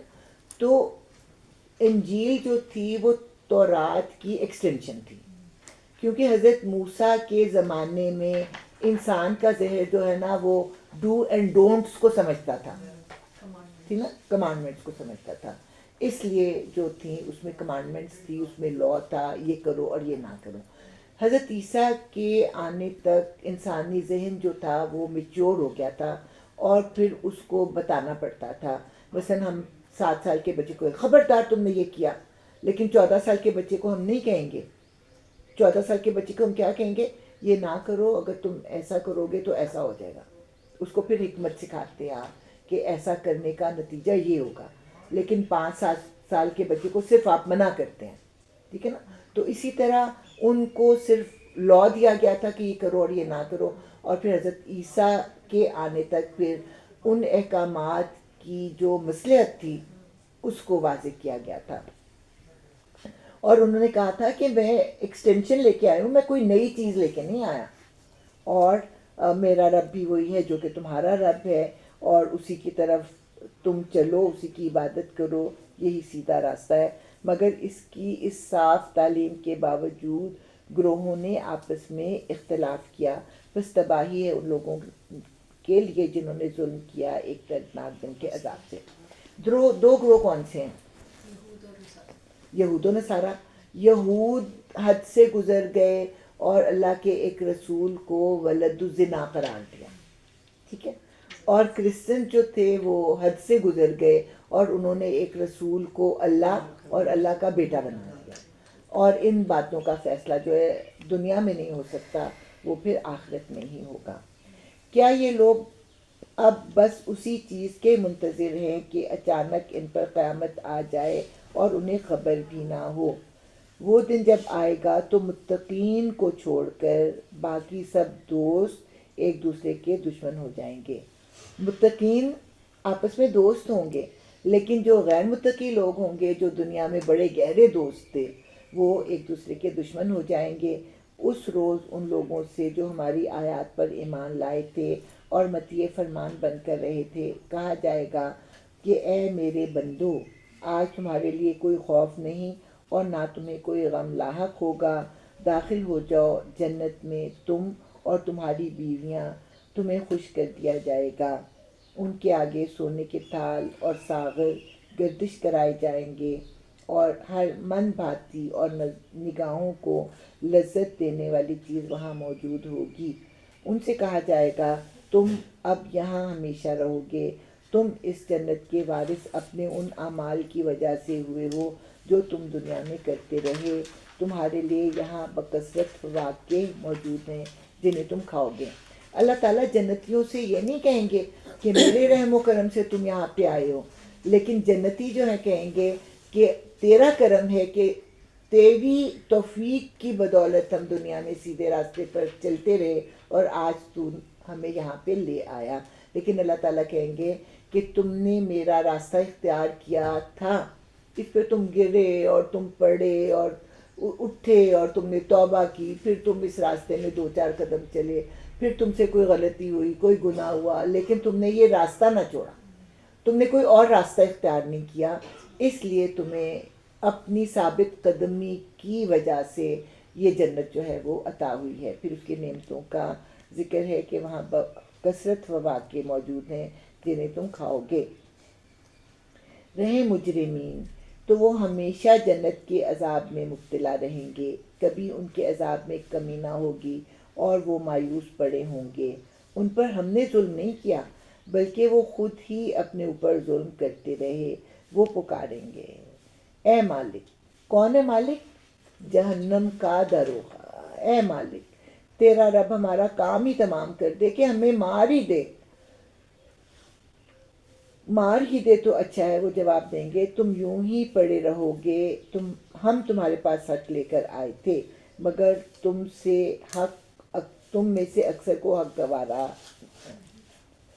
ہم تمہارے پاس حق لے کر آئے تھے مگر تم میں سے اکثر کو حق ہی ناگوار تھا۔ کیا ان لوگوں نے کوئی اقتدام کرنے کا فیصلہ کر لیا ہے؟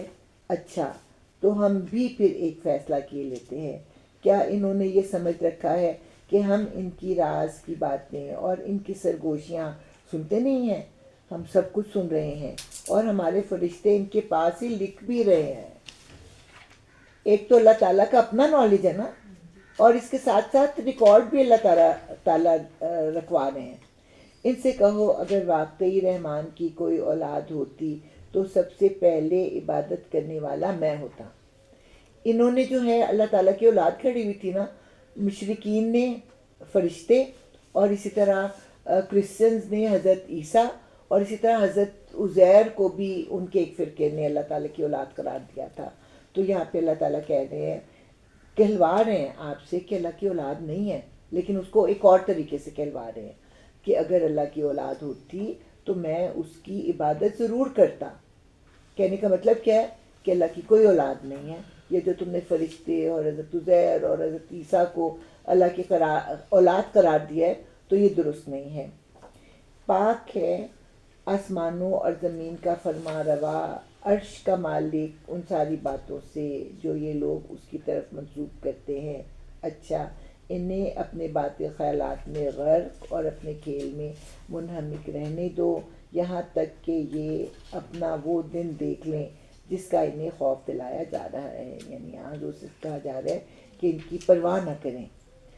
وہی ایک آسمان میں بھی خدا ہے اور زمین میں بھی خدا، اور وہی حکیم و علیم ہے۔ یعنی خدا ایک ہی ہے، آسمانوں کا خدا بھی وہی ہے اور زمین کا خدا بھی وہی ہے۔ بہت بالا و برتر ہے وہ جس کے قبضے میں زمین اور آسمانوں اور ہر اس چیز کی بادشاہی ہے جو زمین و آسمان کے درمیان پائی جاتی ہیں، اور وہی قیامت کی گھڑی کا علم رکھتا ہے اور اسی کی طرف تم سب پلٹائے جانے والے ہو۔ اس کو چھوڑ کر یہ لوگ جنہیں پکارتے ہیں وہ کسی شفاعت کا اختیار نہیں رکھتے الا یہ کہ کوئی علم کی بنا پر حق کی شہادت دے۔ جس سے بھی کہا جاتا ہے نا کہ تم کیوں ان کو پوچھتے ہو، یہ کہتے ہیں کہ ہمیں بڑے اللہ سے بچائیں گے، تو یہاں پہ اللہ تعالیٰ کہتے ہیں کہ ان کو کوئی شفاعت کا اختیار نہیں ہوگا مگر جس کو اللہ تعالیٰ اجازت دے۔ اور اگر تم ان سے پوچھو کہ انہیں کس نے پیدا کیا ہے تو یہ خود کہیں گے کہ اللہ نے، پھر کہاں سے یہ دھوکہ کھا رہے ہیں؟ قسم ہے رسول کے اس قول کی کہ اے رب یہ وہ لوگ ہیں جو کہ مان کر نہیں دیتے۔ اچھا اے نبی صلی اللہ علیہ وسلم ان سے درگزر کرو اور کہہ دو کہ سلام ہے تمہیں، ان قریب انہیں معلوم ہو جائے گا کہ حق کیا تھا۔ چلیے سورہ دخان، دخان ایسے دھوئیں کو کہتے ہیں جس میں ڈسٹ بھی ہوتی ہے، اس صورت میں جو ہے وہ دخان کا ذکر آئے گا۔ اچھا جی، سورہ دخان اور سورہ زخرف جو تھیں وہ جوڑا جوڑا تھیں۔ ان میں کامن کیا چیزیں؟ کامن چیز حامیم، اس کے بعد کامن ہے کتاب المبین، اور اس میں کامن چیز کا ایک حصہ تھا اور کامن چیز کا دوسرا حصہ جو ہے وہ اس میں ہے کہ اللہ تعالیٰ کے پاس لوح محفوظ میں ایک کتاب ہے، لوح محفوظ میں ایک کتاب ہے، اور اس میں ہوگا کہ اس کتاب کو آسمان دنیا پر لیلۃ القدر کو نازل کیا جاتا ہے۔ اب ہم پڑھتے ہیں اس کے بارے میں۔ حامیم، قسم ہے اس کتاب مبین کی کہ ہم نے اسے ایک بڑی خیر و برکت والی رات میں نازل کیا ہے، کیونکہ ہم لوگوں کو متنبع کرنے کا ارادہ رکھتے تھے۔ یہاں پہ جو ہے نا لیلۃ مبارکۃ، اس کو عام لوگوں نے کیا بنا لیا ہوا ہے؟ شب برات بنا لیا ہوا ہے۔ حالانکہ قرآن میں جو بھی امپورٹنٹ موضوعات ہوتے ہیں وہ 2 دفعہ ضرور آتے ہیں، تو اللہ تعالیٰ نے لیلۃ القدر کا ذکر کیا ہے اور اسی کا ذکر جو ہے یہاں لیلۃ المبارکہ کے نام سے کیا ہے، اور اس کی جو تفصیل اللہ تعالیٰ بیان کریں گے نا وہ وہی تفصیل ہے جو کہ لیلۃ القدر کے بارے میں ہم لوگ کہتے ہیں۔ حامیم، قسم ہے اس کتاب مبین کی کہ ہم نے اسے ایک بڑی خیر و برکت والی رات میں نازل کیا ہے، کیونکہ ہم لوگوں کو متنبع کرنے کا ارادہ رکھتے تھے۔ یہ وہ رات تھی جس میں ہر معاملے کا حکیمانہ فیصلہ ہمارے حکم سے صادر کیا جاتا ہے۔ ہم ایک رسول بھیجنے والے تھے تیری رحمت کے طور پر۔ اچھا، اس کی تفصیل یہاں پہ نہیں آئی، تو ہوتا یہ ہے کہ اللہ تعالیٰ کا ایک دن جو ہے وہ کتنا بڑا ہے؟ ہمارے 1000 سال کے برابر۔ لیلۃ القدر میں جو ہمارا ایک سال ہے نا اس کے بارے میں جو فیصلے ہیں وہ نازل کیے جاتے ہیں اور کنسرنڈ فرشتوں کو دیے جاتے ہیں، ان کے حوالے کیے جاتے ہیں۔ کتنی روحیں جو ہیں وہ دنیا میں آئیں گی، یعنی کتنے بچے پیدا ہوں گے، کتنی روحیں جو ہیں وہ اٹھا لی جائیں گی، کہاں پر کتنی بارش ہوگی، کس سرزمین میں کتنا غلہ ہوگا، کس سرزمین میں جو ہے وہ قحط نازل کیا جائے گا۔ تو سال بھر کے جو احکامات ہیں وہ لیلۃ القدر میں فرشتوں کے حوالے کیے جاتے ہیں، اور اسی کو لیلۃ مبارکۃ بھی کہا گیا ہے۔ اچھا جی، ہم ایک رسول بھیجنے والے تھے تیرے رب کی رحمت کے طور پر، یقیناً وہی سب کچھ سننے اور جاننے والا ہے، آسمانوں اور زمین کا رب اور ہر اس چیز کا رب جو آسمان اور زمین کے درمیان ہے۔ اگر تم لوگ واقعی یقین رکھنے والے ہو، کوئی معبود اس کے سوا نہیں ہے، وہی زندگی عطا کرتا ہے اور وہی موت دیتا ہے، تمہارا رب اور تمہارے ان اسلاف کا رب جو پہلے گزر چکے ہیں، مگر فی الواقع ان لوگوں کو یقین نہیں ہے بلکہ یہ اپنے شک میں پڑے کھیل رہے ہیں۔ اچھا انتظار کرو اس دن کا جب آسمان سری دھواں لیے ہوئے آئے گا اور وہ لوگوں پر چھا جائے گا، یہ ہے دردناک سزا۔ اب کہتے ہیں کہ پروردگار ہم پر سے یہ عذاب ٹال دے، ہم ایمان لاتے ہیں۔ ان کی غفلت کہاں دور ہوتی ہے؟ ان کا حال تو یہ ہے کہ ان کے پاس کوئی رسول مبین آ گیا، پھر بھی یہ اس کی طرف متلطف نہ ہوئے اور کہا کہ تو سکھایا پڑھایا باولا ہے، ہم ذرا عذاب ہٹائے دیتے ہیں، تم لوگ پھر وہی کچھ کرو گے جو پہلے کر رہے تھے۔ جس روز ہم بڑی ضرب لگائیں گے وہ دن ہوگا جب ہم تم سے انتقام لیں گے۔ دھوئیں کے بارے میں دو جو ہے نا بڑے بڑے صحابہ ان کی رائے مختلف ہے۔ ایک گروپ جو ہے وہ یہ کہتا ہے کہ یہاں پہ ذکر ہے اس دھوئیں کا جو کہ قحط کے زمانے میں مکہ کے لوگوں کو آسمان پر نظر آتا تھا، اتنا شدید قید تھا جس کی ہم پہلے ذکر کر چکے ہیں کہ لوگ ہڈیاں اور چمڑا ابال کر پیتے تھے اور جانوروں کی لید میں سے جو ہے نا وہ گرینز کے دانے نکال نکال کے تو کھایا کرتے تھے. اور کمزوری کا یہ عالم تھا کہ نظر اٹھاتے تو ان کو ہر طرف دھواں ہی دھواں نظر آیا کرتا تھا.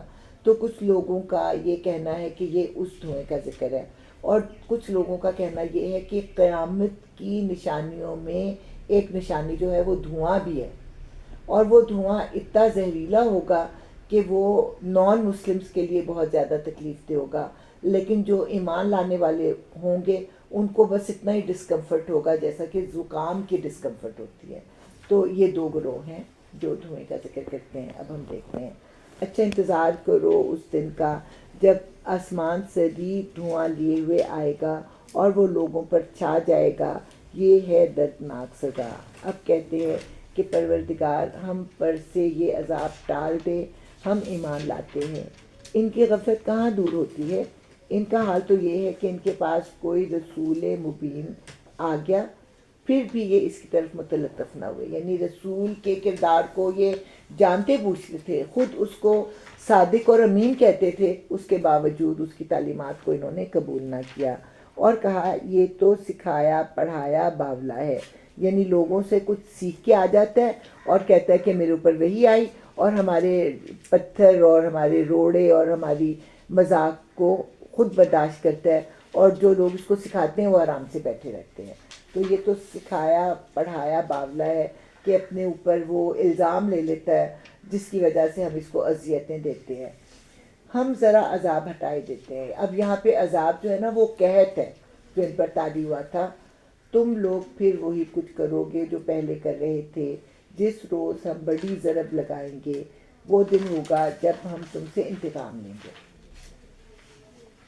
یہاں پہ اب اللہ تعالیٰ جو ہے نا قریش مکہ سے کہہ رہے ہیں کہ اگر ہم اس عذاب کو یعنی قحط کو ہٹا بھی دیں گے نا، تم نے ایمان تو لانا نہیں ہے. جو پہلے کرتے تھے وہی کرو گے، لیکن پھولے نہ رہو. ایک روز آئے گا جب ہم تم پر بڑی ضرب لگائیں گے. اور یہ بڑی ضرب کب لگی تھی ان کو؟ بدر کے موقع پر، اور پھر قیامت کے موقع پر بھی لگے گی. وہ دن ہوگا جب ہم تم سے انتقام لیں گے. ہم ان سے پہلے فرعون کی قوم کو اسی آزمائش میں ڈال چکے ہیں. ان کے پاس ایک نہایت شریف رسول آیا اور اس نے کہا اللہ کے بندوں کو میرے حوالے کرو، میں تمہارے لیے ایک امانت دار رسول ہوں. اللہ کے مقابلے میں سرکشی نہ کرو. میں تمہارے سامنے اپنی معمولیت کی صحیح صنعت پیش کرتا ہوں، اور میں اپنے رب اور تمہارے رب کی پناہ لے چکا ہوں اس سے کہ تم مجھ پر حملہ آور ہو. اگر تم میری بات نہیں مانتے تو مجھ پر ہاتھ ڈالنے سے باز رہو. اگر میری بات نہیں مان رہے تو نہ صحیح، لیکن اگر تم نے مجھ پر ہاتھ ڈالا تو پھر تمہارا انجام جو ہے وہ برا ہوگا. آخر کار اس نے اپنے رب کو پکارا کہ یہ لوگ مجرم ہیں. جواب دیا گیا اچھا تو راتوں رات میرے بندوں کو لے کر چل پڑ، تم لوگوں کا پیچھا کیا جائے گا. سمندر کو اس کے حال پر کھلا چھوڑ دے، یہ سارا لشکر غرق ہونے والا ہے. اس کی تفصیل جو ہے نا وہ اللہ تعالیٰ پہلے بیان کر چکے نا کہ حضرت موسیٰ جو تھے اپنے بنی اسرائیل کو لے کر روانہ ہوئے، راستے میں دریا یا سمندر آ گیا تو لوگ ان سے لڑنے لگ پڑے کہ اگر ہم اپنے گھروں میں ہوتے تو آرام سے مر جاتے، تم نے ہمیں یہاں لا کے مارنا تھا.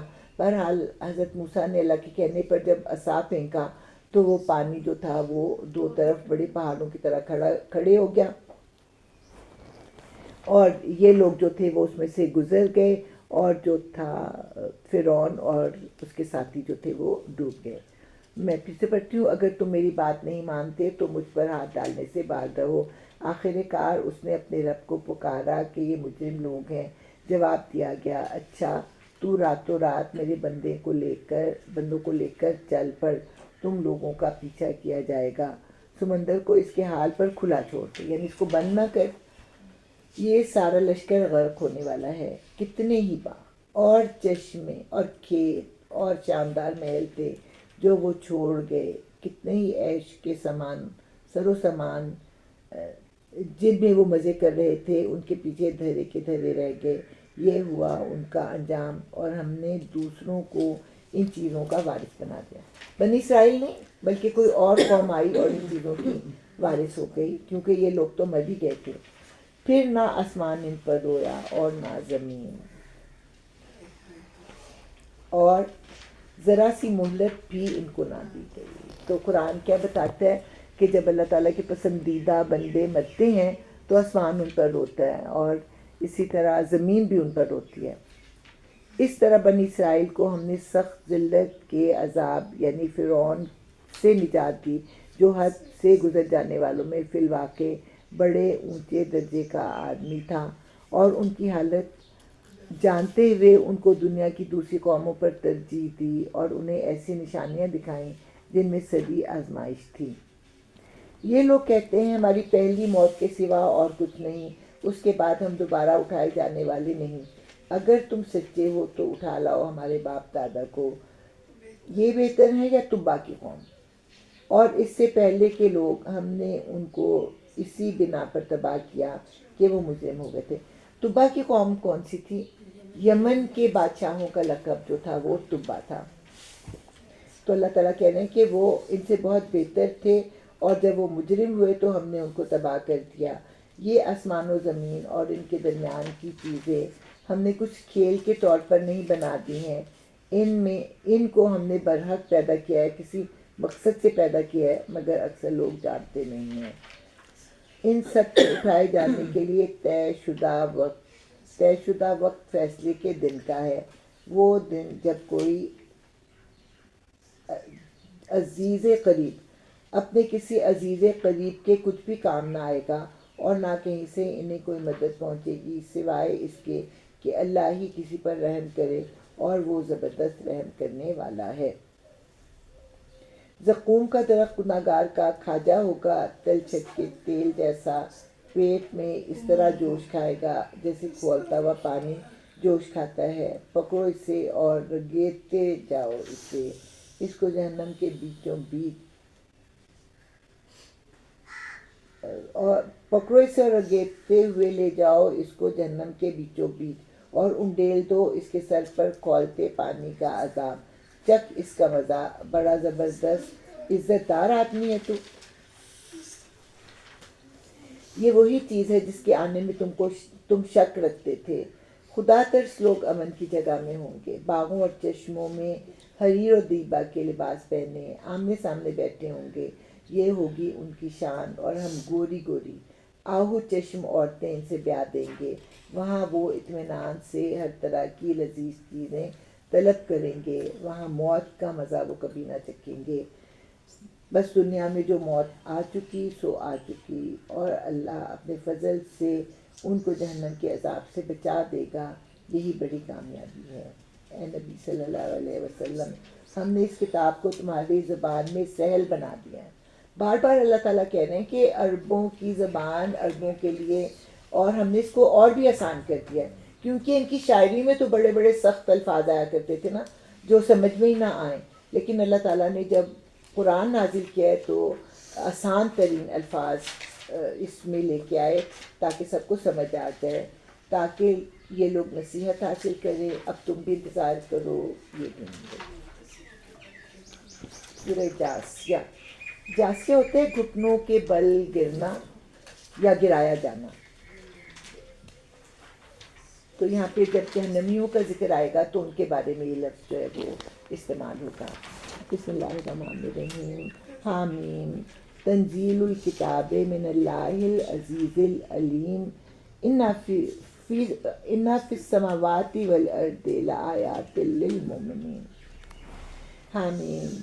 اس کتاب کا نزول اللہ کی طرف سے ہے جو زبردست اور حکیم ہے.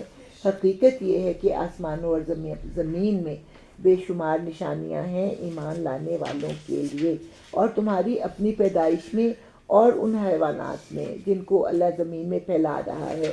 بڑی نشانیاں ہیں ان لوگوں کے لیے جو یقین لانے والے ہیں، اور شب و روز کے فرق و اختلاف میں، اور اس رزق میں جسے اللہ آسمان سے نازل فرماتا ہے، پھر اس کے ذریعے سے مردہ زمین کو جلا اٹھاتا ہے، اور ہواؤں کی گردش میں بہت سی نشانیاں ہیں ان لوگوں کے لیے جو عقل سے کام لیتے ہیں.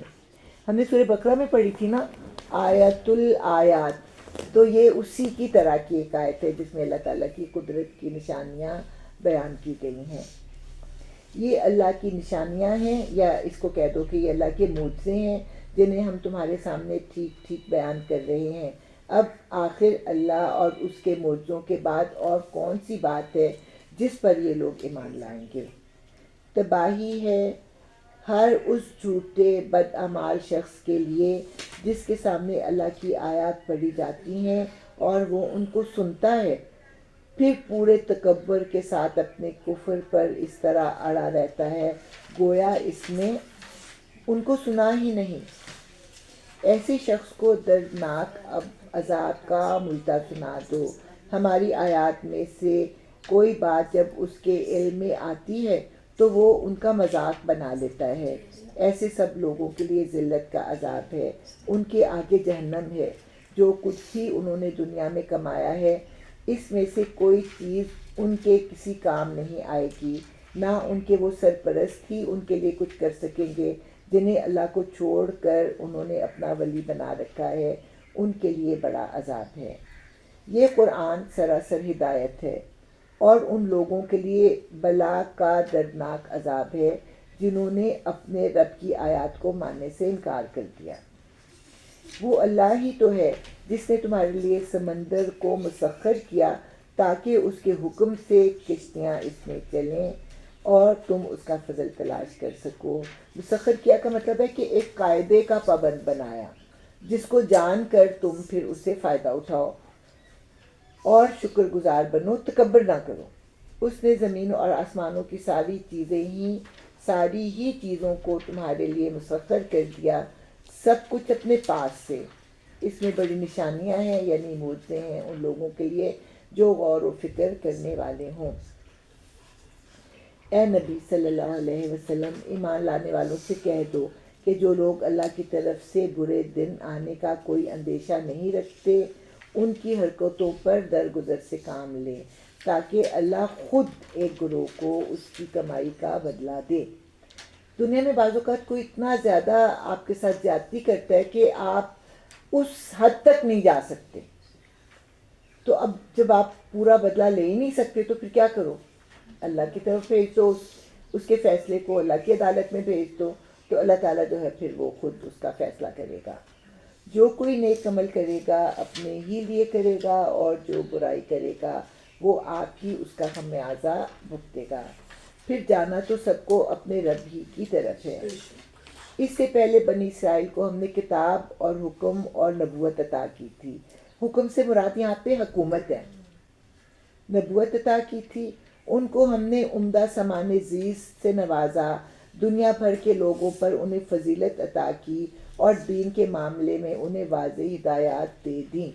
پھر جو اختلاف ان کے درمیان رونما ہوا وہ ناواقفیت کی وجہ سے نہیں بلکہ علم آ جانے کے بعد ہوا، اور اس بنا پر ہوا کہ وہ آپس میں ایک دوسرے پر زیادتی کرنا چاہتے تھے. اللہ قیامت کے روز ان معاملات کا فیصلہ فرما دے گا جن میں وہ اختلاف کرتے رہے ہیں.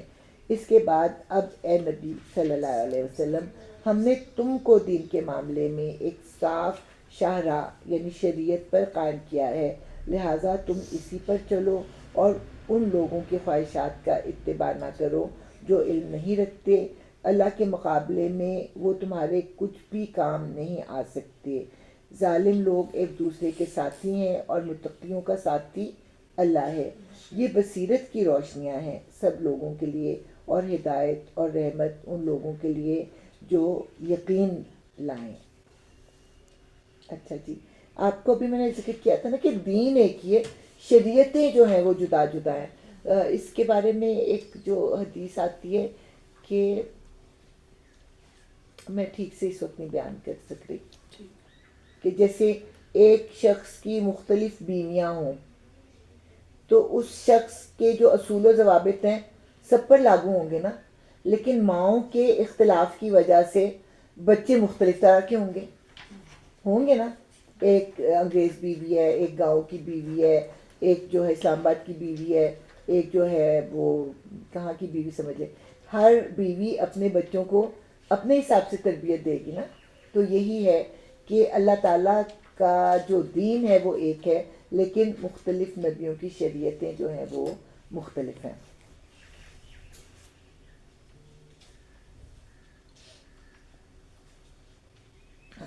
کیا وہ لوگ جنہوں نے برائیوں کا ارتکاب کیا ہے یہ سمجھے بیٹھے ہیں کہ ہم انہیں اور ایمان لانے والوں اور نیک عمل کرنے والوں کو ایک جیسا کر دیں گے کہ ان کا جینا اور مرنا یکساں ہو جائے؟ یعنی ان کی زندگیاں مختلف ہوتی ہیں نا، جو ایمان والے ہیں ان کی زندگی مختلف ہوتی ہے، جو ایمان نہیں لاتے ان کی زندگی مختلف ہوتی ہے، تو پھر ان کے اعمال بھی مختلف ہوں گے اور اعمال کے ساتھ پھر ان کا انجام بھی مختلف ہونا چاہیے۔ بہت برے حکم ہیں جو یہ لوگ لگاتے ہیں۔ اللہ نے تو آسمانوں اور زمین کو برحق پیدا کیا ہے، مقصد کے ساتھ پیدا کیا ہے، اور اس لیے کیا ہے کہ ہر متنفس کو اس کی کمائی کا بدلہ دیا جائے، لوگوں پر ظلم ہرگز نہ کیا جائے گا۔ پھر کیا تم نے اس شخص کے حال پر بھی غور کیا جس نے اپنی خواہش نفس کو اپنا خدا بنا لیا ہے اور اللہ نے علم کے باوجود اسے گمراہی میں پھینک دیا؟ یعنی ہر چیز کا علم ہے لیکن اس کے اپنے جذبات اس پر اتنے زیادہ حاوی ہوئے ہوتے ہیں کہ وہ اللہ کے حکم کو پس پشت ڈالتا ہے اور اپنی خواہشوں کو پورا کرتا ہے، حالانکہ اس کو علم حاصل ہے، اور اس کے دل اور کانوں پر مہر لگا دی اور اس کی آنکھوں پر پردہ ڈال دیا۔ اللہ کے بعد اب اور کون ہے جو اسے ہدایت دے؟ کیا تم لوگ کوئی سبق نہیں لیتے؟ یہ لوگ کہتے ہیں زندگی بس یہی ہماری دنیا کی زندگی ہے، یہی ہمارا مرنا اور جینا ہے، اور گردش ایام کے سوا کوئی چیز نہیں جو ہمیں ہلاک کرتی ہو۔ تو جو نان مسلمز ہیں نا تو کہتے ہیں ہاں بھئی ادھر ہی زندہ ہیں اور ادھر ہی مر کے زمین میں چلے جائیں گے، تو اچھے اور برے حالات تو آتے ہی رہتے ہیں، اس میں کیا کہنا کہ اچھے حالات آئیں تو اللہ کے آگے جھک جاؤ اور اگر برے حالات آئے ہیں تو صبر کرو۔ تو اچھے اور برے حالات تو آتے ہی رہتے ہیں، اور جو پیدا ہوا اس نے مرنا ہے، اور اسی طرح جو ہے قدرتی آفتیں بھی آتی ہی رہتی ہیں، کبھی زلزلہ آ جاتا ہے، کبھی طوفان آ جاتا ہے، تو یہ تو نیچرل فینومیناز ہیں، اس میں اللہ تعالیٰ کا کیا ذکر؟ تو اس طرح کی باتیں وہ کرتے ہیں۔ در حقیقت اس معاملے میں ان کے پاس کوئی علم نہیں ہے، یہ محض گمان کی بنا پر یہ باتیں کرتے ہیں، اور جب ہماری واضح آیات انہیں سنائی جاتی ہیں تو ان کے پاس کوئی حجت اس کے سوا نہیں ہوتی کہ اٹھا لاؤ ہمارے باپ دادا کو اگر تم سچے ہو۔ اے نبی صلی اللہ علیہ وسلم ان سے کہو اللہ ہی تمہیں زندگی بخشتا ہے، پھر وہی تمہیں موت دیتا ہے، پھر وہی تم کو اس قیامت کے دن جمع کرے گا جس کے آنے میں کوئی شک نہیں، مگر اکثر لوگ جانتے نہیں ہیں۔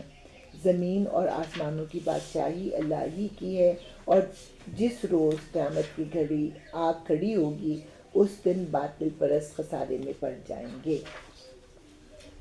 اچھا جی، اب یہ کوئی فرمائشی پروگرام نہیں ہے کہ نبی نے کہا کہ سب لوگ اٹھائے جاؤ گے، تو کوئی کہے کہ میرے دادا کو اٹھا کے لاؤ اور کوئی کہے کہ میرے نانا کو اٹھا کے لاؤ۔ اٹھائے جائیں گے لیکن اس دن اٹھائے جائیں گے جو اللہ تعالیٰ نے مقرر کیا ہے۔ تو اس وقت تم ہر گروہ کو گھٹنوں کے بل گرا دیکھو گے، یہ ہے نا جاسیہ، کہ تم اس دن ہر گروہ کو گھٹنوں کے بل گرا دیکھو گے، ہر گروہ کو پکارا جائے گا کہ آئے اور اپنا نامہ اعمال دیکھے، ان سے کہا جائے گا آج تم لوگوں کو ان اعمال کا بدلہ دیا جائے گا جو تم کرتے رہے تھے، یہ ہمارا تیار کرایا ہوا اعمال نامہ ہے جو تمہارے اوپر ٹھیک ٹھیک شہادت دے رہا ہے، جو کچھ بھی تم کرتے تھے اسے ہم لکھواتے جا رہے تھے۔ پھر جو لوگ ایمان لائے تھے اور نیک عمل کرتے رہے تھے انہیں ان کا رب اپنی رحمت میں داخل کرے گا، اور یہی صحیح کامیابی ہے۔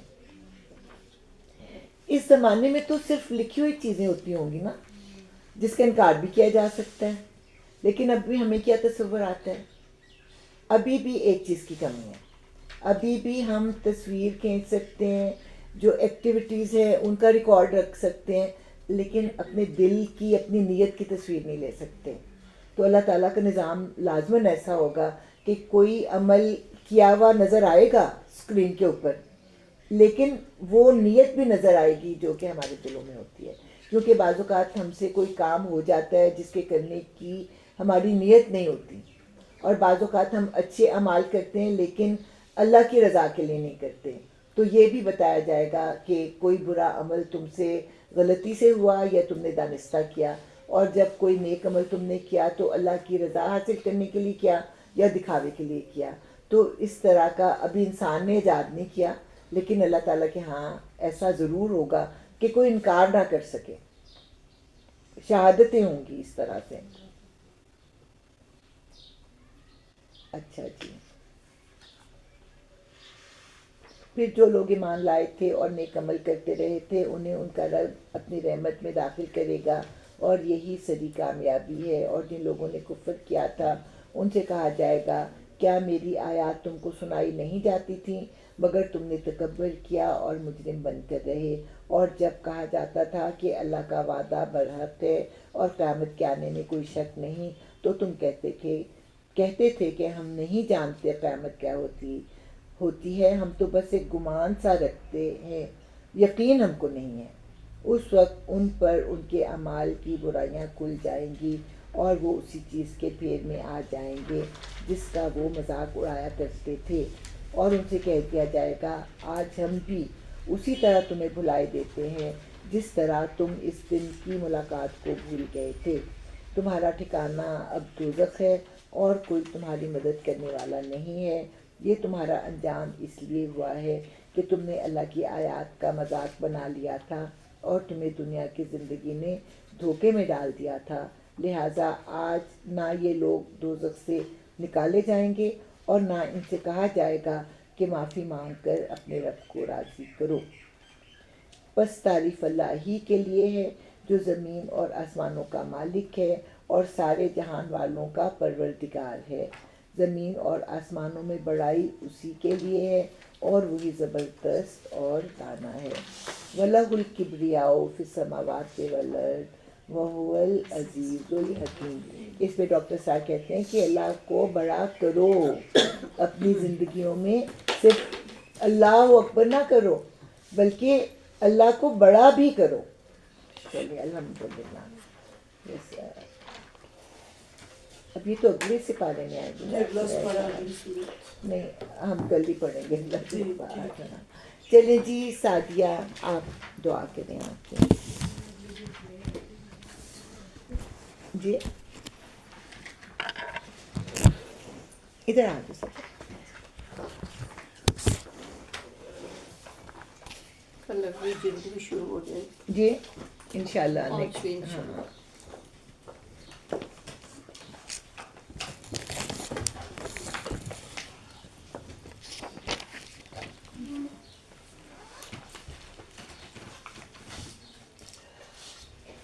أعوذ بالله السميع العليم من الشيطان الرجيم من همزه ونفخه ونفسه.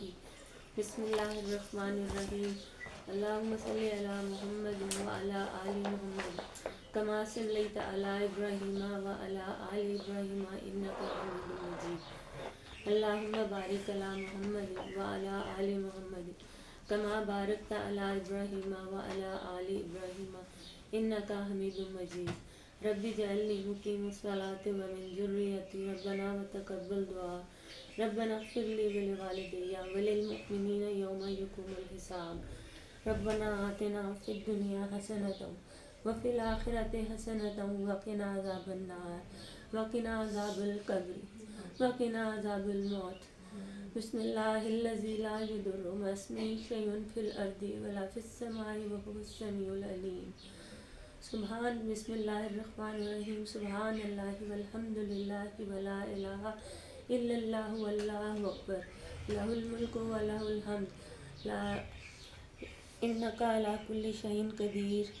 بسم اللہ الرحمن الرحیم. اللہم اعنا علی ذکرک و شکرک و حسن عبادتک. ربنا ظلمنا انفسنا وان لم تغفر لنا وترحمنا لنکونن من الخاسرین.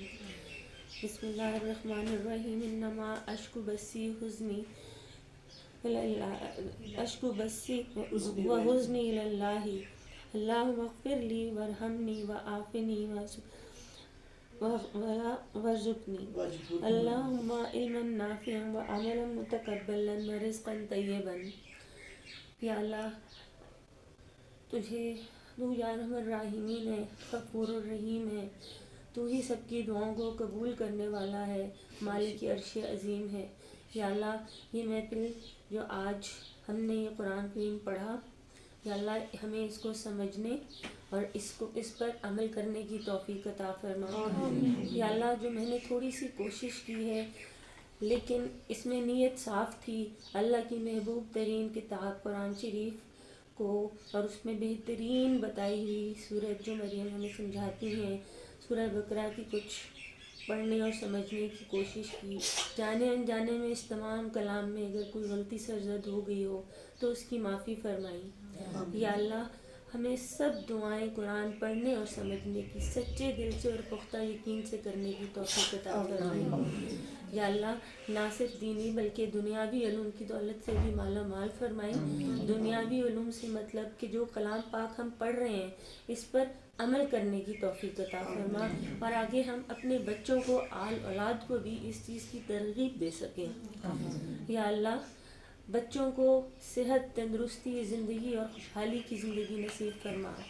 تمام بہنیں جو بیٹھی ہوئی ہیں اللہ جن کے والدین حیات ہیں ان سب کو صحت اور تندرستی کی زندگی دی، ہر قسم کی معذوری اور محتاجی سے بچائیں۔ یا اللہ جن کے پیرنٹس، جن کے رشتہ دار اس دنیا سے جا چکے ہیں، یا اللہ جانے انجانے میں کیے ہوئے تمام صغیرہ اور کبیرہ گناہوں کی معافی فرمائی۔ یا اللہ ہمیں نیک بنائی اور ہماری اولاد کو جو ان کے لیے صدقہ جاریہ بنے۔ یا اللہ موت کا وقت آسان فرمائی، موت برحق ہے، اس وقت آخرت میں زبان پہ نبی کریم صلی اللہ علیہ وسلم کا نام اور کلمہ طیبہ جاری ہو۔ یا اللہ پلسرات کا راستہ آسان فرمائی اور تیزی سے گزر جائے۔ یا اللہ حوض کوثر کا پانی نصیب فرمائی، پیارے نبی صلی اللہ علیہ وسلم کی شفاعت نصیب فرمائی۔ یا اللہ آخرت میں ہمارے اعمال داہنے ہاتھ میں نیکیوں کا پلڑا بھاری ہو۔ یا ارحم الراحمین، یا غفور الرحیم، رمضان کا یہ برکت مہینہ ہم سے جو تھوڑی بہت کوشش ہوتی ہے ہم عبادت کرتے ہیں، یا اللہ ان کو بارگاہ میں قبول اور منظور فرمائی، اور ان کی منظوری میں یا اللہ ہمیں مزید محنت سے، مزید سچائی سے، دل کی گہرائیوں سے ان چیزوں کو سمجھنے اور عملاً ان پر عمل کرنے کی توفیق عطا فرمائی۔ یا اللہ تمام غریبوں، مسکینوں، بیواؤں اور یتیموں کی کفالت فرمائی۔ یا اللہ ان کے صدقے میں فلسطینیوں اور دوسری جگہوں پہ مسلمانوں پہ جو ظلم و ستم ہو رہے ہیں ان سب پہ اپنا کرم اور فضل فرمائی، اپنا رحم فرمائی۔ یا اللہ جن بچوں کی شادیوں کی عمریں ہیں یا اللہ ان کے لیے بہترین اسباب پیدا فرمائی، اچھے گھروں میں ان کا رشتہ ہو، اور وہ بچیاں یا وہ بچے جن کے گھر ٹوٹ رہے ہیں ان کے لیے آسانیاں پیدا فرمائی، بہترین ذرائع پیدا فرمائی اور ان کا مستقبل بہترین فرمائی۔ خصوصاً ہماری مریم بھابی اور عالیہ بھابی کو جنہوں نے اس محفل کا اہتمام کیا اور ہم سب کو اکٹھا کرتی ہیں، یا اللہ اس کا بہترین اجر میں نصیب فرمائی، اور ہم سب کو یہ پاک کلام پڑھنے اور اسی طرح سمجھنے کی توفیق عطا فرمائی۔ آپس کا سلوک اور اتفاق اس محفل میں اسی طرح جاری و ساری رکھی۔ یا اللہ بیماروں کو شفائے کاملہ عطا فرمائی، جو ایسی بیماریاں ہیں جن کا علاج مشکل یا نہ ہے ان کے لیے بھی آسانی فرمائی، ان کی تکالیف کو دور فرمائی۔ یا اللہ ہماری اولاد کو نیک اور صالح بنائی۔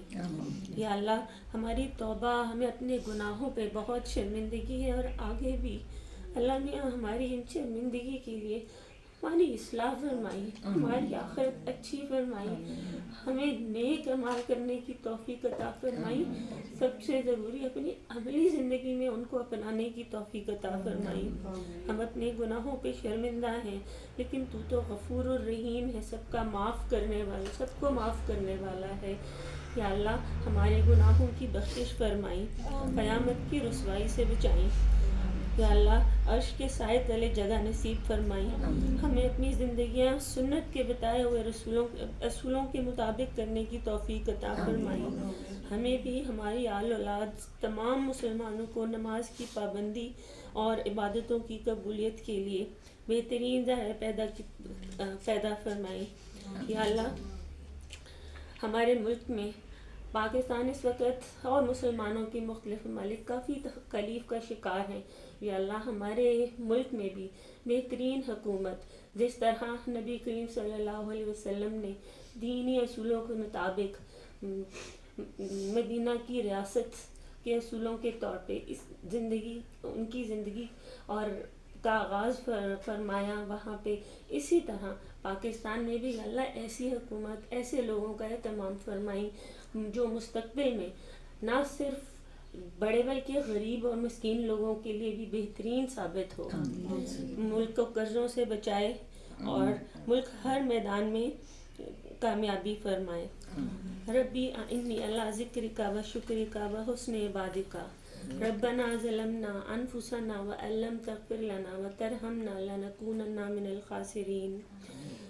اللہم علما نافعا وعملا متقبلا ورزقا طیبا. اللہم انک عفو تحب العفو فاعف عنی. اللہم انک عفو تحب العفو فاعف عنی. اللہم انک عفو تحب العفو فاعف عنی. ہمارے قرآن کی یہ آخری سپارے رہ گئے ہیں. جلد قرآن کا رمضان کا آخری عشرہ آنے والا ہے. یا اللہ پورے عشرے میں سب بہنوں کو صحت اور تندرستی صحت مند رکھیں تاکہ وہ راتوں کو جاگ کر عبادت کر سکیں اور ان کی تمام جائز دلی خواہشات کو پورا فرمائیں.